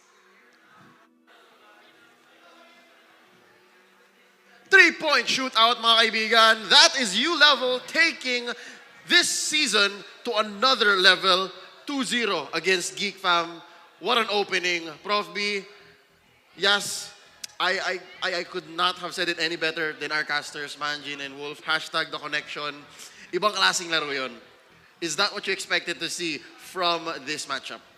Actually, yes. Yung mga bago nila. Ganong yung mga kwela. ganong kwela, ganong bigla. I saw them using the actually 5-man flame shot nga before. Dapat 5-man yan. Nakita ko yun eh. Conservative pa to. Pero hindi ko alam na ganun nila kaaga ilalabas na pinag-ready. This is the last game by the numbers, and ladies and gentlemen, 15-6, and it ended in such sabihin nating awesome fashion. Kasi nga, puro 3 points eh. Pag may flame shot, ibato mo na. Right? We will see more of the match right here because the highlights are going to be playing. Yes, check this out. U-Level, they were able to be aggressive here despite the lineup on GeekFam na parang baka sila dapat yung lumalaban. Diba? Pero as we will see later on, one of my favorite highlights in this game is yung alley-oop, diba? Yung dinunk, diba? Pinasok ni Escanor, tapos tumalon pa si... Umover the bakod. I'm sorry, Escanor, tapos in-over the bakod ni Deb. Yun yung isa sa mga notable or mga maganda na highlights na pinakita nila. And of course, kanina pinag-uusapan natin sa drafting, the range lineup, inilabas na nila. Range na sila talaga, tapos yung mga skills nila na flame shot, nag-uulanan. Nag-uulanan. Tsaka papansinin mo, yung cooldown niya, right, yan mismo ngayon, sabay-sabay. So pagka papatay talaga sila, laging ready lahat ng skill. Kill shot yun, kill shot. Parang, yun yung cue parang every cooldown, matik laban tayo. Laban tayo. Kasi panalo tayo. Kasi imagine mo yun, kahit sinong membro sa side ng Geek Fam, imagine mo, may 4 na baril na nakatutok sa'yo. It's just hard to survive. Right? Yeah, indeed. Feeling ko, nagdedelikado yung flame shot dito eh. Nagpapakita yung muntan. Kasi kung magro-rotate ka lang din naman, katulad ng ULBL, sabi nga ni Prof V, is ginagamit nila yung flame pumapasok sila kada cooldown ng flame shot. Flame shot yung may pinakamabilis na cooldown sa lahat ng 30 seconds. 30 seconds lang. Isipin mo pa kung... Tapos mag-i-initiate kayo na mag-i-initiate kada cooldown. So every 30 seconds, sugod kayo ng sugod. And pasok pa sa line-up yon ng ULBL. And kanina nasindak tayo, Cecilion, range to. But no. Yeah, Kinawawa nila first hand etong si Cecilion. Hindi With Kimi and Chang O.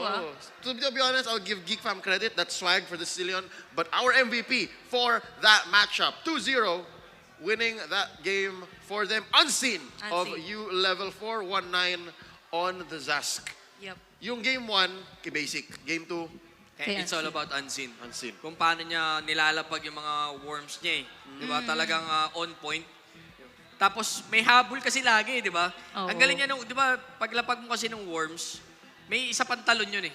Sakto-sakto, right after umabot yung range or lumabas siya sa jurisdiction, area of effect, no mismong range ng worms yan, tsaka pala siya tatalon. That's another space na naman napakalayo nun. So kaya pang humabol ulit. Kaya pa niya humabol. Kaya 3 points tayo kasi ang layo. Ang layo talaga.